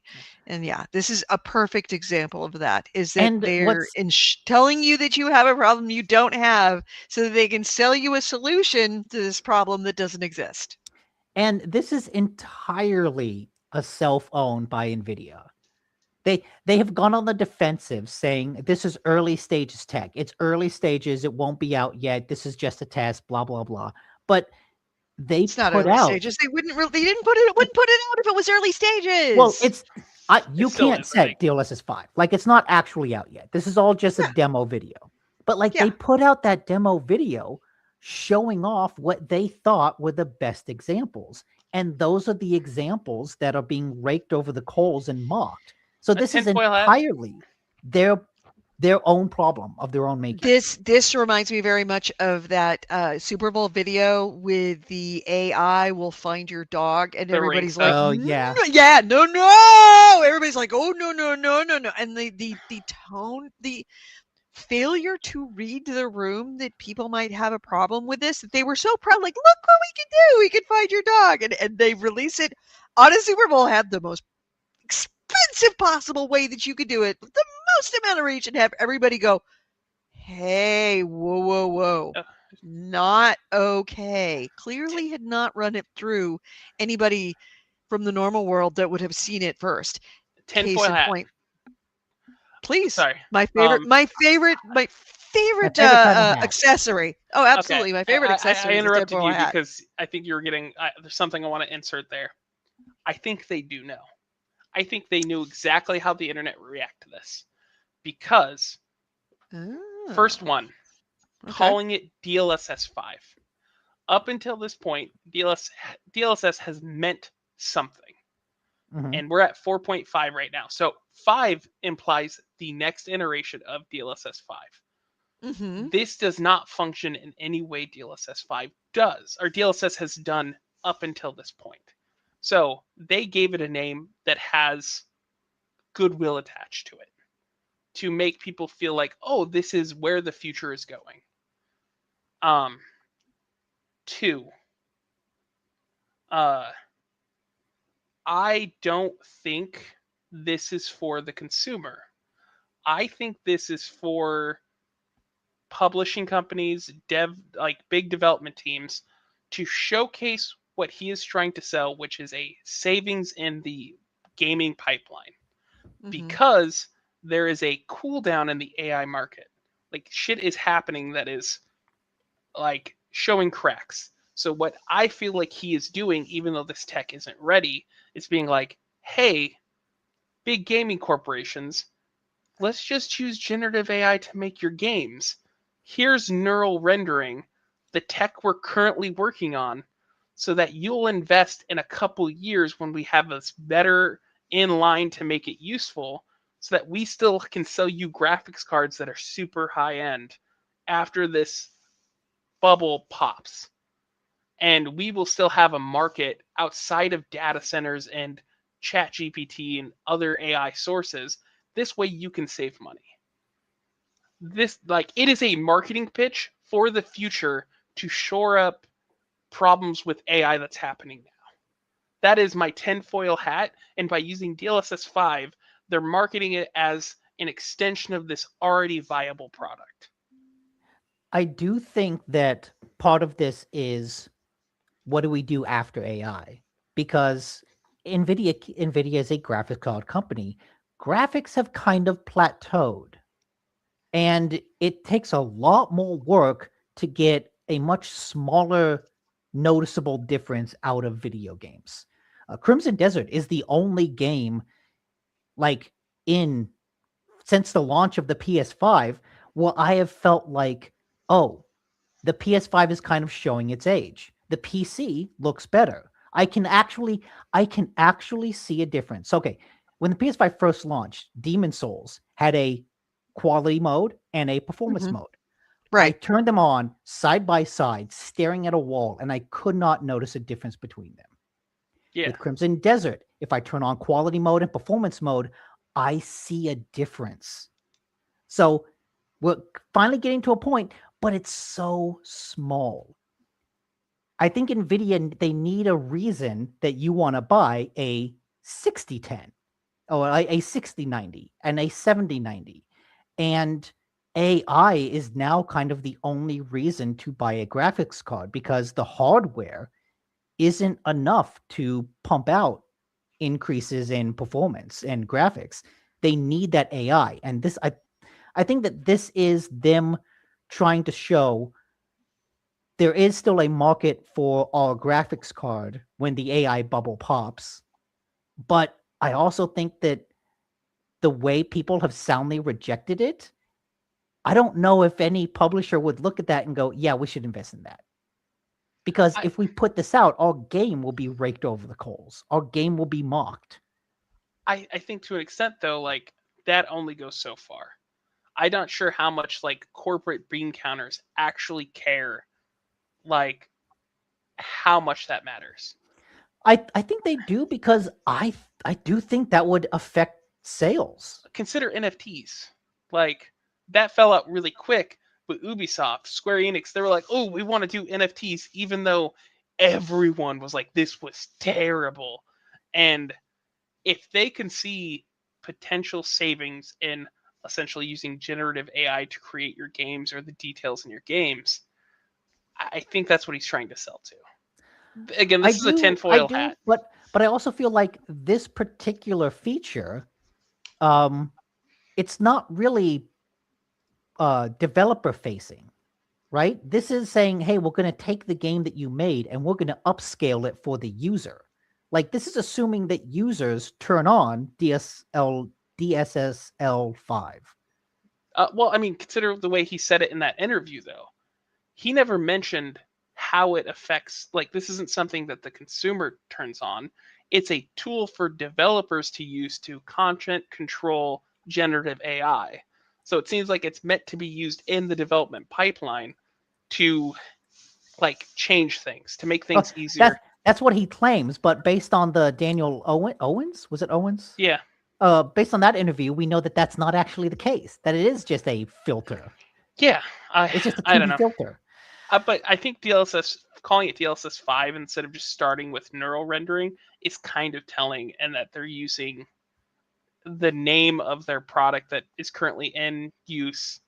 Yeah, I think that shows a little bit of desperation. That yeah. I think they looked at this and went, if we just call it neural rendering, people will make fun of it. But if it's DLSS 5, let's hope that some of that goodwill transfers over into accepting this. Either this or they have nothing. And or they've all been so AI pilled that they love the slop. Well, I mean, there's that. From what I've seen, like I've seen people in comments claim to be it. I don't think they do. But I'm wondering if it's not that, then it's they have nothing else right now. Think about GDC. Think about the consumer trade show. It was a wet blanket. From everything I've heard, it was awful. There is nothing exciting to be had.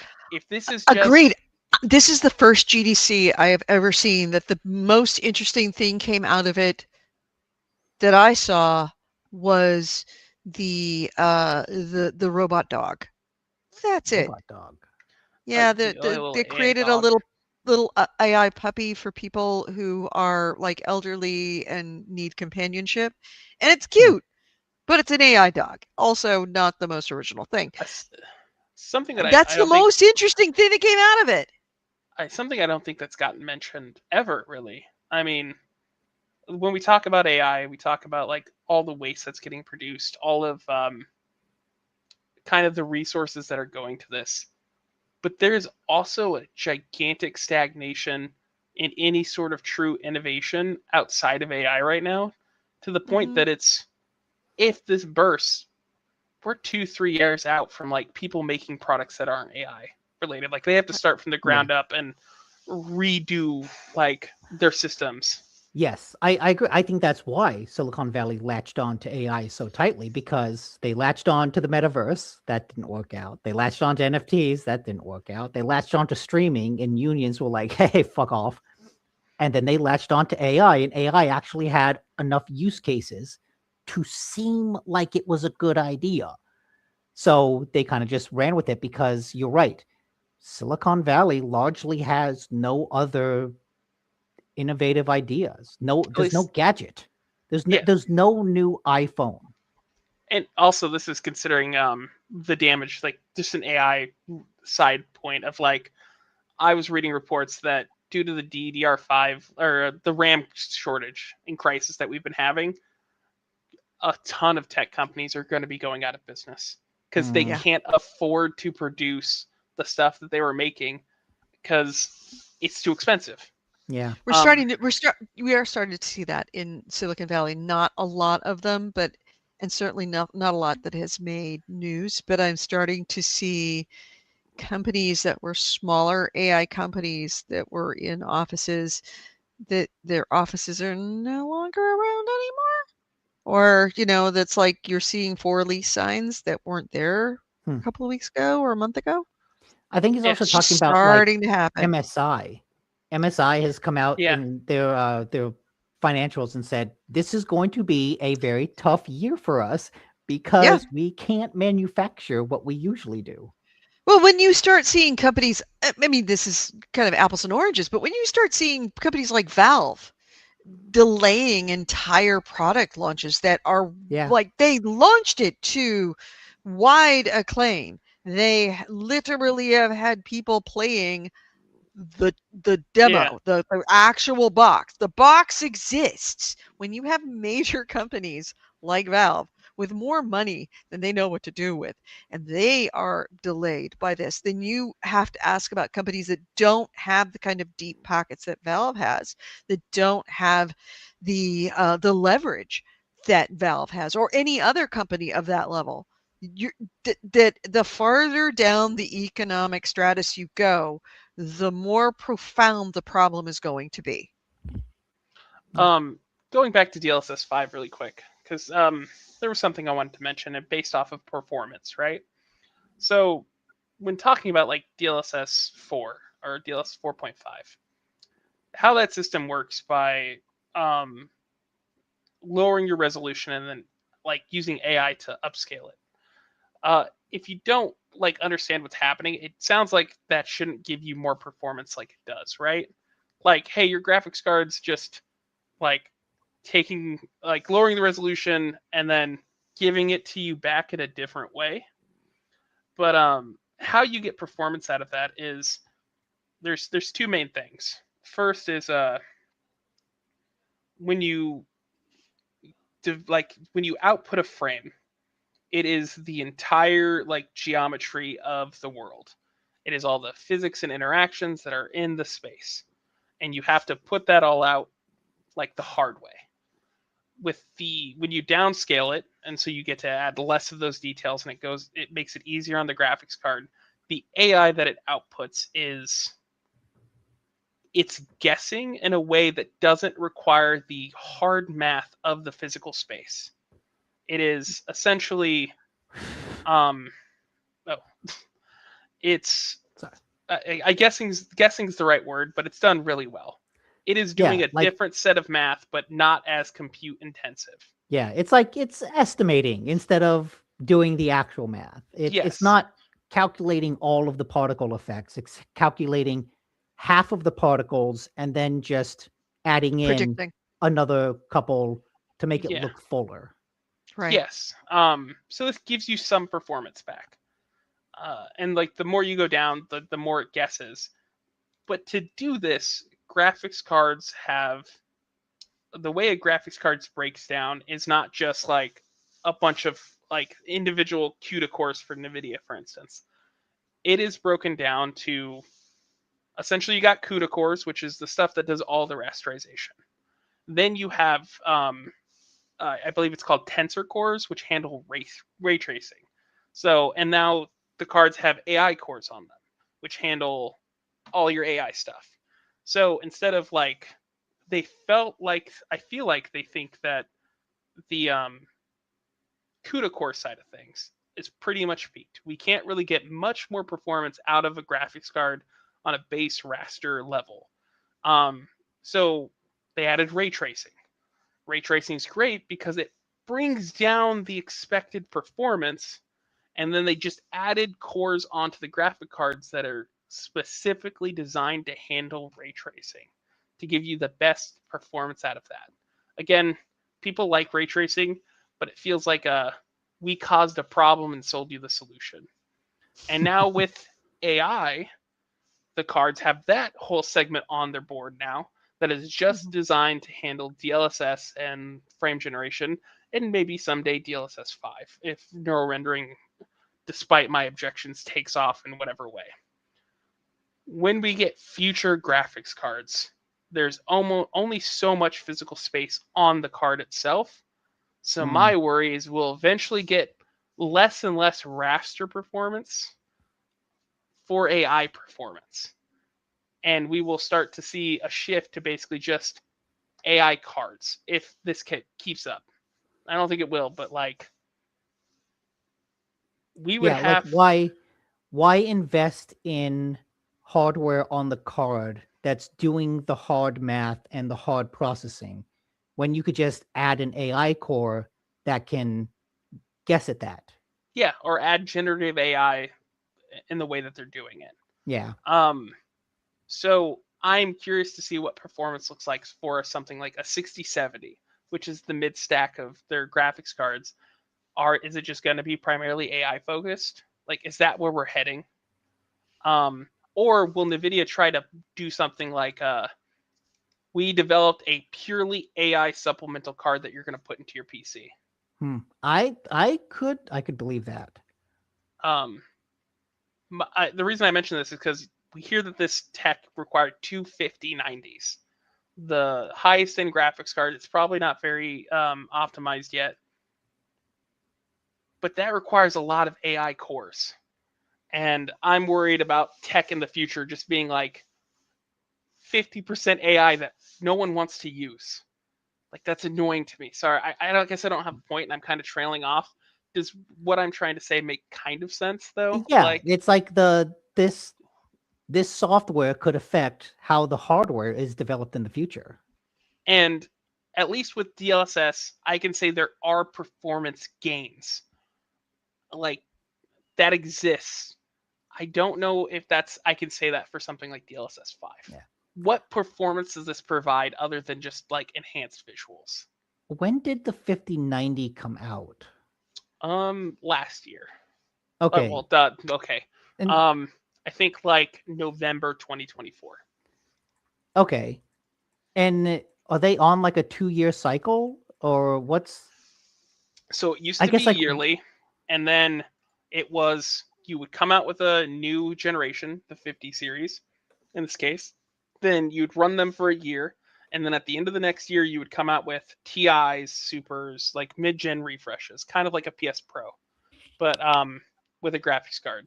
The 40 series, for instance, had the 4080, which was $1,200. Then they came out with the 4080 Super, that was just $1,000, but the same performance. So like the idea is just either more performance for the same price, or like same performance, less price. It's a mid-gen refresh. Then the next year would be new generation. Okay, so then this year there might be a 5090 refresh, and 27 would already have a 6090. They said that this year they're doing no new graphics cards. In fact, I think I remember hearing about that. They not only are they not doing new graphics cards, they've pretty much stopped the production of a lot of mid-grade stuff. So currently it's 5090, 5080, 5070 Ti, 5070, 5060 Ti, and 5060, with a few versions of like 16 or 8 gigabytes of VRAM. Sorry if this is too much technical and I'm droning on. No, not at all. 5090 is like 30% better than a 5080, and that's the biggest gap here. The 5080 is like 15% better than a 5070 Ti, and then it drops like 20%, like 30% again. So like they got rid of the 5070 Ti. They took essentially one of those whole brackets between the $550 MSRP, that was supposed to be $750, and then the 5080 was $1,000. So they stripped that mid-range like option completely out. And they're just like, 5070, fine. 5080, I still think they're making them. They're now $1,500 on average. All graphics cards have gone up in price lately. Yeah. They've also stopped the production of the 5060 Ti 16 gigabyte, which was the higher VRAM that was like $50, $60 more than the 8 gigabyte version. Because like, you poors don't need more VRAM. We need that for our data centers. And so that one's gone. They've and we had talked about this before. I forget what it was, but it's a price increase by stopping selling the cheaper versions. You're not increasing the price of anything, but you're stopping production on the cheap version, and that's essentially raising a price. So then when do you think we'll see news about the 6090 to see like what the hardware specs actually are? When the bubble pops. Okay. They're gonna ride the 5090. They're just riding this wave. They're surfing on the 5090. I don't think they have a choice. The reason I say that is because the only reason you don't come out with new graphics cards now is because you don't have any development to focus on it. All of their employees are working on AI, working on making graphics cards for consumers don't fucking matter anymore. It is straight selling to enterprise for their money. Yeah. They made, I think, what was it? 80 billion? Hold on. I need 1 second to look up the NVIDIA's earnings for this year. I'll look it up for you. They made an obscene amount of money. And they're really the only people making money in the AI space right now because they're selling hardware. Total revenue hit 216 for all intents and purposes, $1 billion in fiscal 2026, which ended in January 2026. That's a 65% increase year over year. Data center revenue is 193 billion. And so 193 billion out of what was it, 250? 215. 215. So data center enterprise makes up 90% of their revenue for the quarter or the fiscal year. I forget which one. No, for the quarter. For the quarter. Sorry, my bad. Fiscal 2026. So it was the year. So the fiscal year, 216 billion, doesn't and 194 billion of it was data center revenue. We don't fucking matter. So no, we don't. Why do you make a new graphics card until the enterprise stops buying your AI cards that you're making now? You focus all efforts into maintaining your production as much as you possibly can. And I don't think they have a choice. Because until that pops, until enterprise no longer needs the cards in the quantities that they're getting it, they'll have no reason to innovate for a consumer graphics card. That's true. And also, like, why sell to us when an enterprise will pay more? Yes. Again, 193 billion of the 215 billion that they made in a year was data center. That is, 22 billion that they made everywhere else. Yeah. Not just consumer cards, everywhere else outside of data center. Yeah. It does kind of put it in perspective, doesn't it? How little anything matters but this AI stuff. They still care, partly because of culture.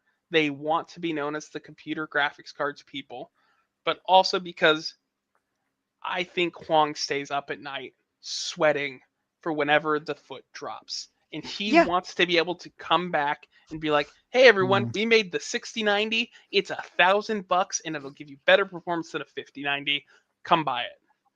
Like, he wants that bottom line to still be there. But right now, he can't focus any resources internally because it just wouldn't make sense. Yeah. Right. And he's not wrong. He knows that this is a bubble. He absolutely positively knows that everybody knows that it's a bubble, but his entire company's being is riding on this bubble. So he's got to be ready for the minute that this starts to turn. He's got to be ready to be light on his feet and be able to pivot. So yeah, you're right. It probably does keep him up late at night. I think he's literally losing it. Like, some of the interviews I see, some of the stuff I've seen, he's losing it. I think he's so stressed. I mean, no matter what happens, NVIDIA the stock would crash. The value of the company would crash. Yes. Even if it goes back to what it was before, that's a very big come down from where it is now. You can also see this in the fact of where he's pivoting for his next venture, which is the Pentagon. He's been sucking up to Trump so hard.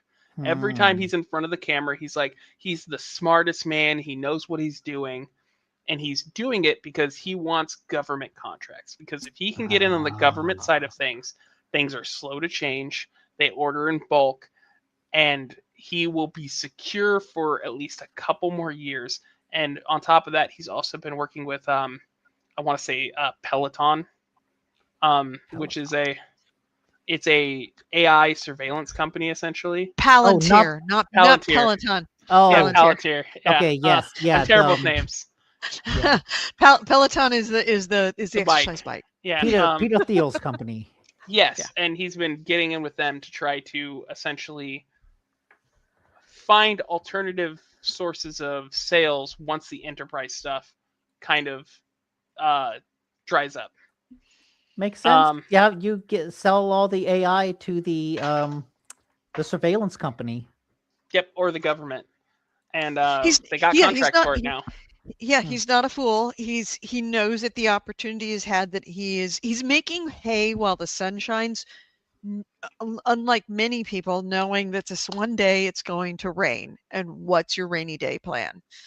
And all of this stuff that he's doing is just a plan B for when the end happens, that can get him somewhere safe to bridge them until the next sunny day, whatever that sunny day might be. It might be robots. It might be, predicting. It might be the zombie apocalypse, and he'll go into making shotguns. Who knows? But it's just to get him to that next opportunity. And you're right, Nick. The stock will crash. It will not. It is not worth what it is now, like in real term values. But I think he's hoping for a gentler, like, drop off rather than a cliff. Slow come down. And I think he's doing it, and I think this is also another version of that with the DLSS 5. Is if AI drops out. Once the government contracts run out and they no longer are taking graphics card for their AI systems because they found out it sucked or the president changed, then he'll have DLSS 5 to pitch neural rendering, to pitch the savings to development companies. They buy like large stocks of graphics cards because you're going to need them to use the neural rendering. And then finally we're back down to consumer. That's a bit of more of a tinfoil hat. But that's my speculation with no knowledge in this stuff outside of what I've seen. If AI people pedal for its energy, that would be something. Yeah. If you actually signed a deal with Peloton, all of the workouts we do contribute to AI's energy. Oh, is that a Black Mirror episode? I'm pretty sure that's a Black Mirror episode. That could be. If you want something that is going to put a shot of reality, like a shot of absolute fear into you, and not just irrational fear, but like, the math kind of situation. Watch the first 15 minutes of Bill Maher from this week, where what was the name of the guy? He did something, how I became an apocalyptimist. It is a documentary called The AI Doc, or How I Became an Apocalyptimist. And is that I'm optimist for the apocalypse? Yes, that I see the apocalypse coming in it, and I think that they introduced that he had in an interview, very short interview with Daniel Rohner, who is director of this movie, and talking about how, if you look at the amount of money that has been put into AI, just do the strict math, how they could possibly make this profitable.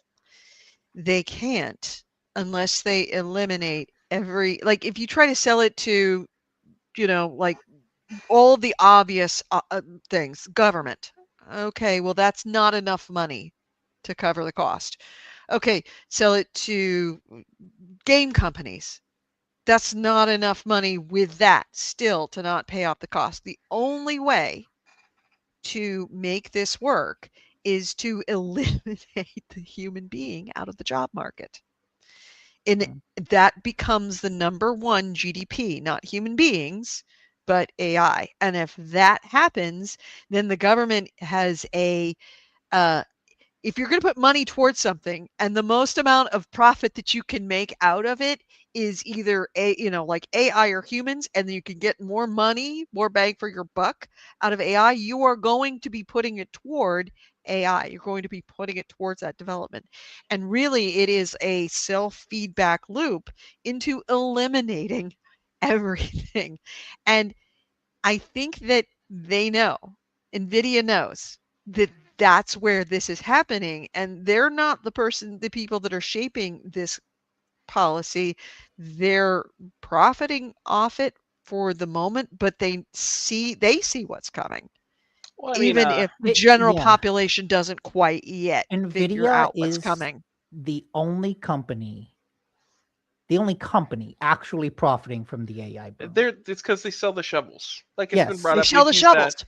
Right. But the thing is that the people that are running the shovels are digging a hole into the center of the world, and they know that the shovels that they're selling, they're the ones that are going to cause the lava to come up and kill everybody. But it's like, I probably what do we do? What is it? When somebody Analogy? No. The people who like invest money, venture capitalists, they're the people who are buying the shovels right now. And yes, they're buying the shovels and handing it to people who are thinking that they're going to be one of the 2 or 1% of the human beings on the earth who are not going to be eliminated from their jobs. So you have people that are just slaving away because they figure that they're going to be the ones that are going to be on the shuttle to Mars. See, owned by Elon Musk. And the thing is, they're not. I don't think it ever gets that far.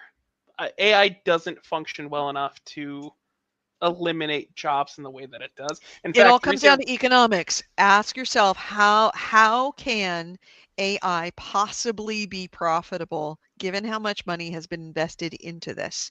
And the only way that it can be profitable is that it becomes the thing that the government makes more money on. You make more money on AIs in this United States or in any country. More money on AI. It's the same thing that would happen in Africa with like oil. When oil started to become more profitable than humans in other countries, the government put all of their money towards oil. Yeah, but like that's oil what's going to is happen useful. now. So my point being that right, exactly. But you're going to have people that can't afford to exist. No, but and that's going to be a problem. I think I know what you're getting at, Andrew. And I think the point of Edie is that yes, the AI is not actually good enough to replace all the people, but that doesn't matter because it's being sold to the business leaders who want to try to save money and will only realize after the fact that they made a mistake. And so I think that's where we're at now. Like yes, they've done that is where we're at now, and we're crashing up. So from what I don't have like direct links for this, but I've seen reports that first of all, AI has not replaced almost any job. Like there's been a lot of fear that this would happen, but it's just not the case. But also, the job market right now is stagnant. It is low at 4% unemployment. However, no one is getting fired and no one is hiring. So anyone coming into the work market right now, anyone below 25, is having a hell of a time finding any kind of work. And I think part of this is there is a tension in the market that people know that all of the money that has been put into AI has stopped growth in other places, so they can't hire, but also when it crashes, there will be an economic backlash so strong that they don't want to be holding the bag of hiring new people.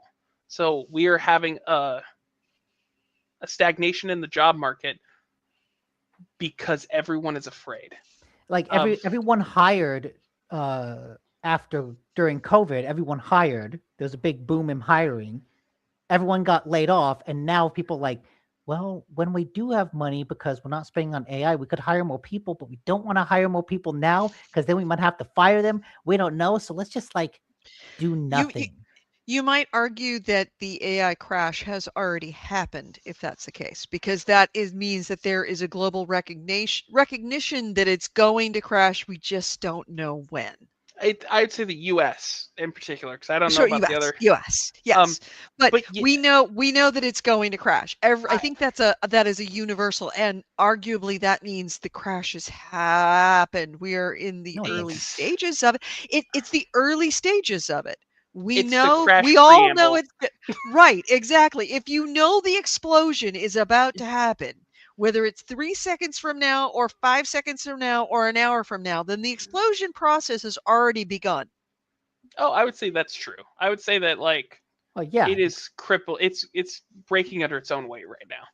Right. But we know the bomb is going to explode, and the fact that everybody knows that the bomb is going to explode means that the bomb is in the exploding process. It is, but it hasn't gone off yet. It hasn't gone off yet, but everybody knows it's going to go off. So we're all running. We're in the evacuation stage. And but so, we're not in the evacuation stage. No, we're in the hold. People are still investing in AI. It's slowed down. People are still investing, yeah, but it's as you said, you pointed out a very good indicator. The economy has stagnated, other than the other stuff that's happening. The economy go down. I want to be very clear. A hiring economy. Yes, yeah. GDP is growing, and it is not a good indicator of how we're doing. No, but on the unemployment rates, hiring sides, no new jobs are being created. No new jobs are being lost. It's kind of been this and you're right, for a really long time, it's been this, which is not very indicative of everything else that's been going on in the economy, which has been very, very dynamic. Costs of gas have gone up. Costs of food have gone up. Costs of healthcare have quadrupled. And yet hiring? Yep. In fact, from what I saw, means that everybody's holding their breath going... Yep. It's a breath hold. But yeah. You said the only place. Oh, I think it was like medical industry stuff has been growing, and I think apparently it's called from Philip Franco show. He just did a Friday show where he's going over a lot of this economy stuff, and we would have lost 400 jobs if not for the fact that like stuff in the medical field was still hiring, like nurses. Certain things like in that field. I'm worried, but this is a podcast about games, and we've veered far off into the economy, but that's because games are all about the economy. Games all the economy. It's all linked, man. It is inexorably connected.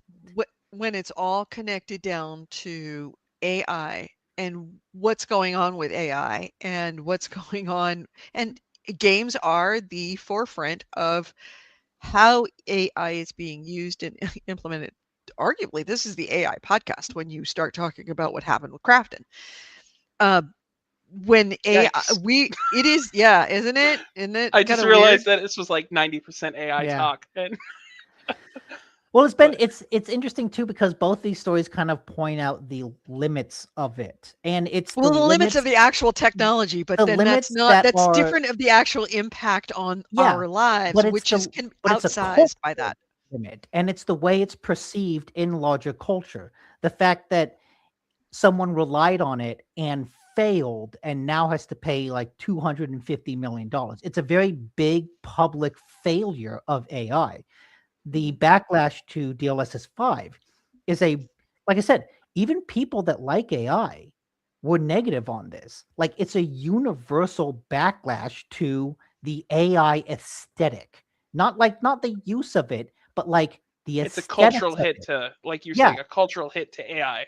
Both of these are deeply big cultural impacts to AI, which is like a significant turning point. I'd be interested. This year is going to be a wild one. No matter what happens, we have midterms coming up. We have the AI market. We have other political stuff that I won't mention because I don't know how YouTube reacts to stuff like that, but stuff that's happening in the Middle East. This year is going to be crazy. I'm tired of once in a lifetime events. I want to live in precedented times. I want to live in boring times. Just let me play my fucking games. Yeah. You know, that's how like the first 35 years, 40 years, well, actually 50 years of my life was that. It's pretty boring. I mean, let's end on some good news. Absolutely ignore everything and just play video games and you were fine. All right. Give us 2 bits. Just 2 bits? We're at 3.5 hours, Edie. 2 bits or 2 bytes? I know. We need to go. Unionized game workers launch petition to protect immigrants from ICE agents. Fucking awesome. Yeah. That's great. That's awesome. And then I also had a short story. I didn't put anything on it, but Sony is issuing refunds for people that spent money in High Guard. What? Damn And it. Okay. It's not clear. Unasked for refunds. Someone was like, on the Kotaku article, someone was like, no, I spent $20 on a skin as like a thank you to the developer. I wasn't expecting a refund, but the money's credited back to my account. Honestly, I think that has bigger implications because twice now Sony's had to refund for Concord and now High Guard. I'm wondering if they're going to be more particular about third-party live service competitive games in particular. Mm-hmm. That is actually, I think, a big deal because Sony hates issuing refunds. Oh, yeah, there isn't an official process for it. So the fact that they did this on their own when no one else did, it's like, wait, what's going on? Yeah. Side note, also, apparently Atlas to raise salaries and reduce fixed overtime. Yeah, Atlas that's is awesome. the company that does Persona 5, Meadow, Phantasium. That game. Metaphor Refantasio. It's not that hard of a title. Okay. A lot of anime games like that. Fuck yeah. Considering it's a Japanese company, I believe. Yeah. That's a good thing. The work culture in there is rough. So that's good to hear. All right, my only item. There were comments that were made by I want to say Strasselnik. No, it wasn't I don't believe this. Was it? Well, here's and I'm bringing this up simply because son of a bitch, I got rid of the so comments reveal GTA 6 price may be $80. Popped up on the screen. She's going to get into it. I just wanted to say it. So okay. Yeah, sorry about that. So there was an interview with somebody with I want to say Take-Two, and they were talking about having to pay for the having to pay interstitial program or advertising within video games. And the discussion kind of turned to, hey, what do you think about this? Oh, God damn it. Why don't I have it here? Anyway, I guess I closed the one time I didn't copy and paste the notes, and I closed the screen. So there was discussion about advertising within games when somebody actually purchases the games. And the quote was along the lines of, hey, if somebody pays 70 or 80%, or sorry, 70 or $80 for a game, we're not going to, in GTA 6, we're not going to put ads in the game on top of that. Yeah, we're going to put ads in places where it makes sense. Like we will advertise NBA 2K inside for example, in an auditorium where somebody's playing basketball, there'll be ads there, but we're not going to put unnecessary ads in a game where a game costs $70 to $80. Which of course turned the internet going, GTA 6 is going to be $80. To be fair, no, that's 70 to 80. That's the typical. You got standard edition for 70. You got the deluxe edition for 80. You got some sicko edition for 120. I will say that that's exactly what the game is going to cost. I don't want real ads in GTA 6 because ads have always been a part of the satirical. They're made up ads. Yeah, right down to Laszlo. I actually don't mind real ads in games if you're playing a game that has a billboard with a real life thing when the world is the real life. I'd actually find that interesting to see the ad change from time to time. Yeah. I think that would be cool. Remember when Burnout Paradise had something like that, and not just because I want to be advertised to, but it would make the world feel more organic and changing. So, but GTA 6, the satirical nature of it, try your anal blaster 5000, right, yeah, exactly. That's where it's GTA 6 kind of has to put us into a hole of that, of where the whole, like I said, satirical nature. It's supposed to be kind of over the top, irreverent, kind of gross, kind of vulgar. So GTA. What you're saying is every single ad in GTA 6 is going to be about AI. Oh, yes. Oh my! I am single one. It's going to be order flowers using AI. Help your pet using AI. You order a car online on your phone, and you do it with AI, and it just sends you the wrong car. Oh, that would be great. Because like you could, that's right. In GTA, you could use your phone to like call in order a car. cars. Yeah. Oh, if it AI and it sends you a different car. I want a tank. Here's a sedan. Here's a Prius. You go to the phone here's a camouflage Prius. They let you do a support ticket to try to get the right car in the game on the phone, and it just sends you to an AI chatbot. Oh, that would be very GTA. Real life though, I think they could charge $100, and GTA 6 would still sell more than any other game that year. This year, oh yeah, comes out. No question. I maybe they won't, because it would cause a little bit of backlash. They won't. They will not. It will be $70. I agree. Higher prices for special. I'm saying they could. Agreed. It is the one property that I think if they sold it at 100, they would get away with it. That's the only one in the world. Agree. And this quote, I mean, if you're going to read anything off of this quote that other people are, I mean, I literally saw the name of the article was confirmation that GTA will be $80. No, there's nothing confirmed about the price of GTA. Clicks. Right. Two, not confirmation. Three, it's probably, I think if you were going to read anything out of this quote, the thing you should read is it's going to be priced like every other fucking AAA game. Yeah. Also, I never thought I would say these words, but kudos to Strauss Zelnick for having a rational take on AI. The headline in the link that AC Wraith put up there is the notion that AI can make GTA is laughable. He expands on that by basically saying, no, it's a tool. You might be able to use the tool to make a game, but that's not going to guarantee you a hit. You can't do AI can't make GTA. He's the man who loves and gets hard at the idea of microtransactions in 2K, the basketball games.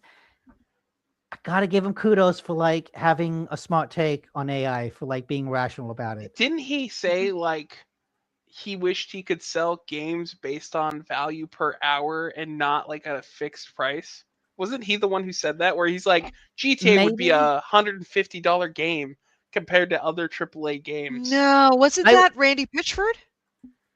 I don't know. No. I wouldn't put it past him. I just know that he has stuffed the 2K basketball games with so many microtransactions and sports games is a terrible industry right now. Yeah. Sorry, go ahead. I'm interrupting.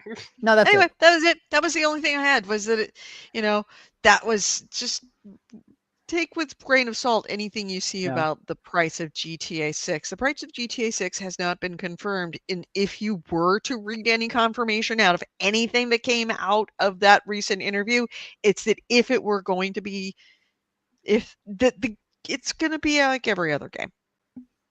The only or not. We don't know. The only in the news story that I saw that I just think is worth mentioning to you, Edie, more layoffs at Crystal Dynamics. Are there really? Chris got out at the right time. He got on the raft boats of the Titanic. Yeah. Women and children first, and he was the women and children. He was the women and the child, both of them. Yeah. Yep. No, I have said to him, turned to him multiple times and said to him, fourth round of layoffs in a year was the best one. So how many people lost their job? I did not hear about this. How many people? I didn't see. It was 20 or so. Here's the thing. There's not many left. Right. Okay, I have to go at some point, but yes, that was my last thing. That was I know, but I have news on that. Oh, okay. Yes. Side note, I think it's from that thing that you said. I love a good 3-hour podcast. 4 maybe a bit much for me. But based off that article, it was that. So the thoughts are Amazon is pulling back because Crystal Dynamics is making the Tomb Raider remakes currently. Yeah. And they haven't shown anything for 7 years since they were announced. They showed a little bit at the Game Awards. Yes. But Amazon Gaming, they pretty much are shutting that whole division down. And they were funding the Lara Croft remakes. So they had not come out and said that they weren't going to keep paying for that, but I'm guessing that the money is drying up from Amazon for those projects, and they're slowly laying off staff to try to keep afloat to see if they can get it out the door before they have to lay off their entire staff. And if they do get it out the door, that means they can get a paycheck from that and then fire everyone. Like, not the people who are making the game. Like, Crystal Dynamics could make a paycheck out of all the people that they were employing, kick them to the curb, and then make the money from the games. It's the burn rate, but the burn rate is actually people and not money. Yes. Huh. That's my thought about how that's going down.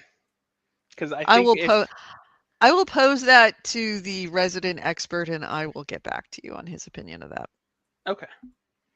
But all right, let's come to the end of the show. One thing before I leave the end of the show, and this is everybody out there that's listening right now. If you could do me a favor, and this is a personal favor, if you are into sports at all, even if you're not into sports, I would like for you to go to this link right here. Let me get to it. Stand by. See this link right here? No. I do not see a link. Oh, there it is. There you go. Okay. Look for the Nick Watkins Show. Nick Watkins Show. The link is www.youtube.com. Well, yeah, and just look for the Nick Watkins Show. And do me a favor and subscribe and like it. The reason why, that is, I'll call him my nephew. This is the son of a friend of mine from high school who, unbeknownst to me, has had a daily sports show. He's 22. He's been doing this for quite some time. He's got something like 600 episodes, which means he's been doing this for 2 years, pretty much. And he has just applied to become the clubhouse manager for the Oakland Ballers baseball team, which is the Oakland's minor league team.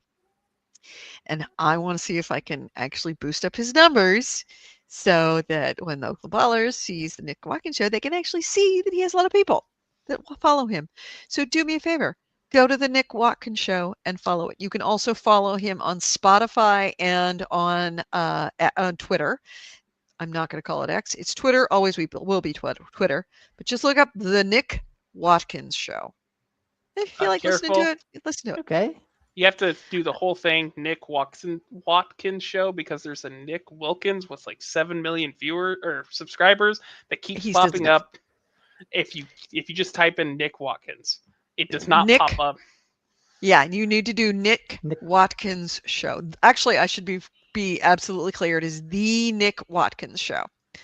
And if you're watching this or if you're listening to this as a podcast, would not mind if you did that either too. It would help out a kid who's trying to get his foot in the door in sports, in Major League Sports. And this is all he's ever wanted to do since he was a little kid. And he is the smartest baseball person I know, including Chris. So, yeah. And if you like baseball, if you like basketball, he knows he can speak authoritatively on all of that far better than most, let's just say. All right. Cool. So anything else before we close out the show? No. Help. No. So there is it. But help. I don't know. Have you seen the latest Star Wars news? Yes. Let's talk about it. How the tables have turned. How many times did you keep me on this show longer than I wanted to be? Sucks, don't it is hot. I gotta go turn on the AC. All right. So let's close this out. Shepard.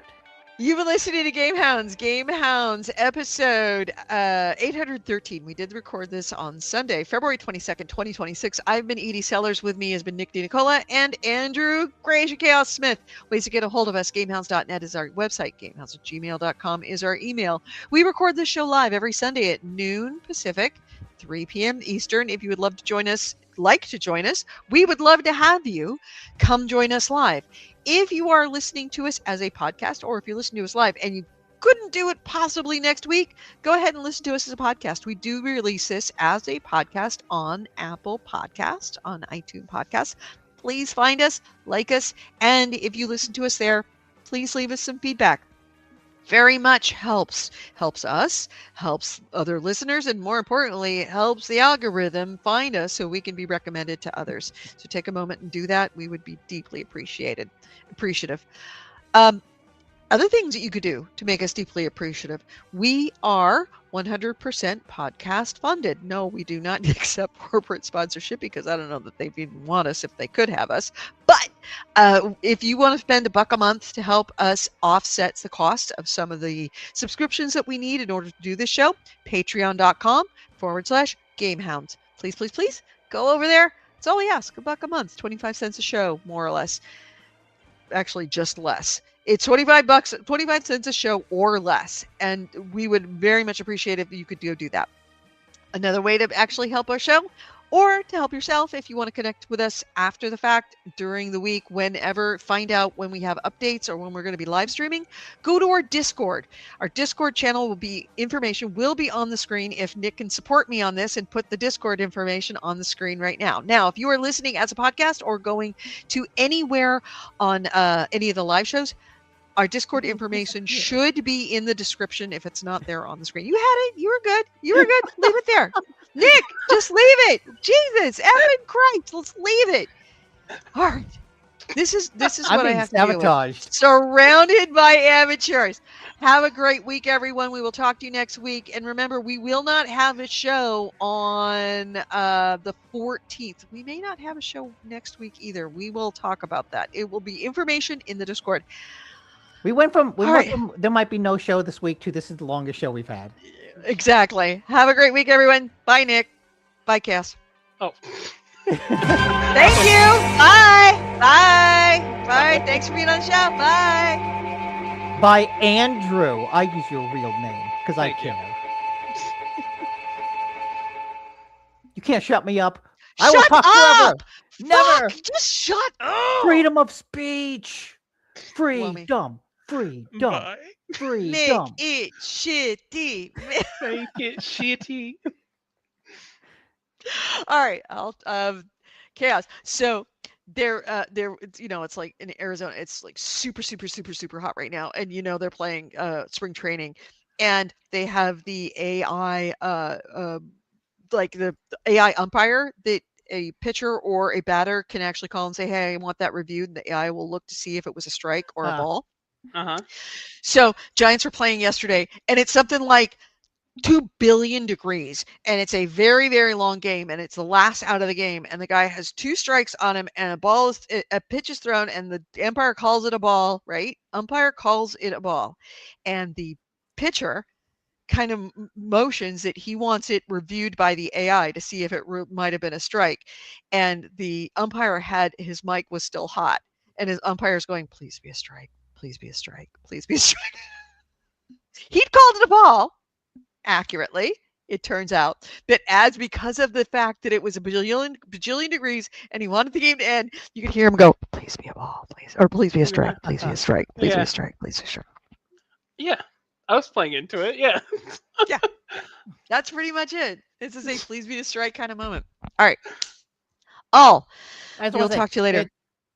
By the way, did you notice my headset is now all of a sudden not crackling? I mean, it is a little bit, but not near as bad as it was. No, now you're just hearing. I don't know what was going on. Oh. Okay. Yeah. All right. Toxic Commando. Yes. Mobile game. Yes. Bollocks Pit.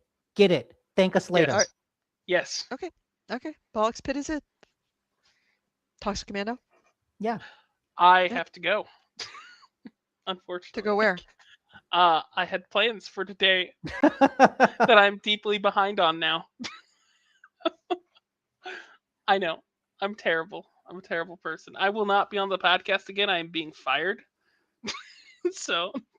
No, you don't have to go to work. You're not late for work, are you? No, I'm saying. No, other things. I'm saying you gave me this look that was like, this bitch. Oh no! He's no I was longer actually reading. Back. I was reading AC Ray's comment down there, so I wasn't sure what's going on. All right, okay, all right, everybody. Thank you for listening. Thank you for watching. We will talk to you possibly next week. Are we doing next week? I think so. All right. It might just be you and Andrew if that's the case, because I am going out. Let me think. Let me look. So next week is. Oh, the 29th. Yes, we're fine on the 29th. It's the 5th and the 12th that's going to be a problem. So, yeah, we're fine next week.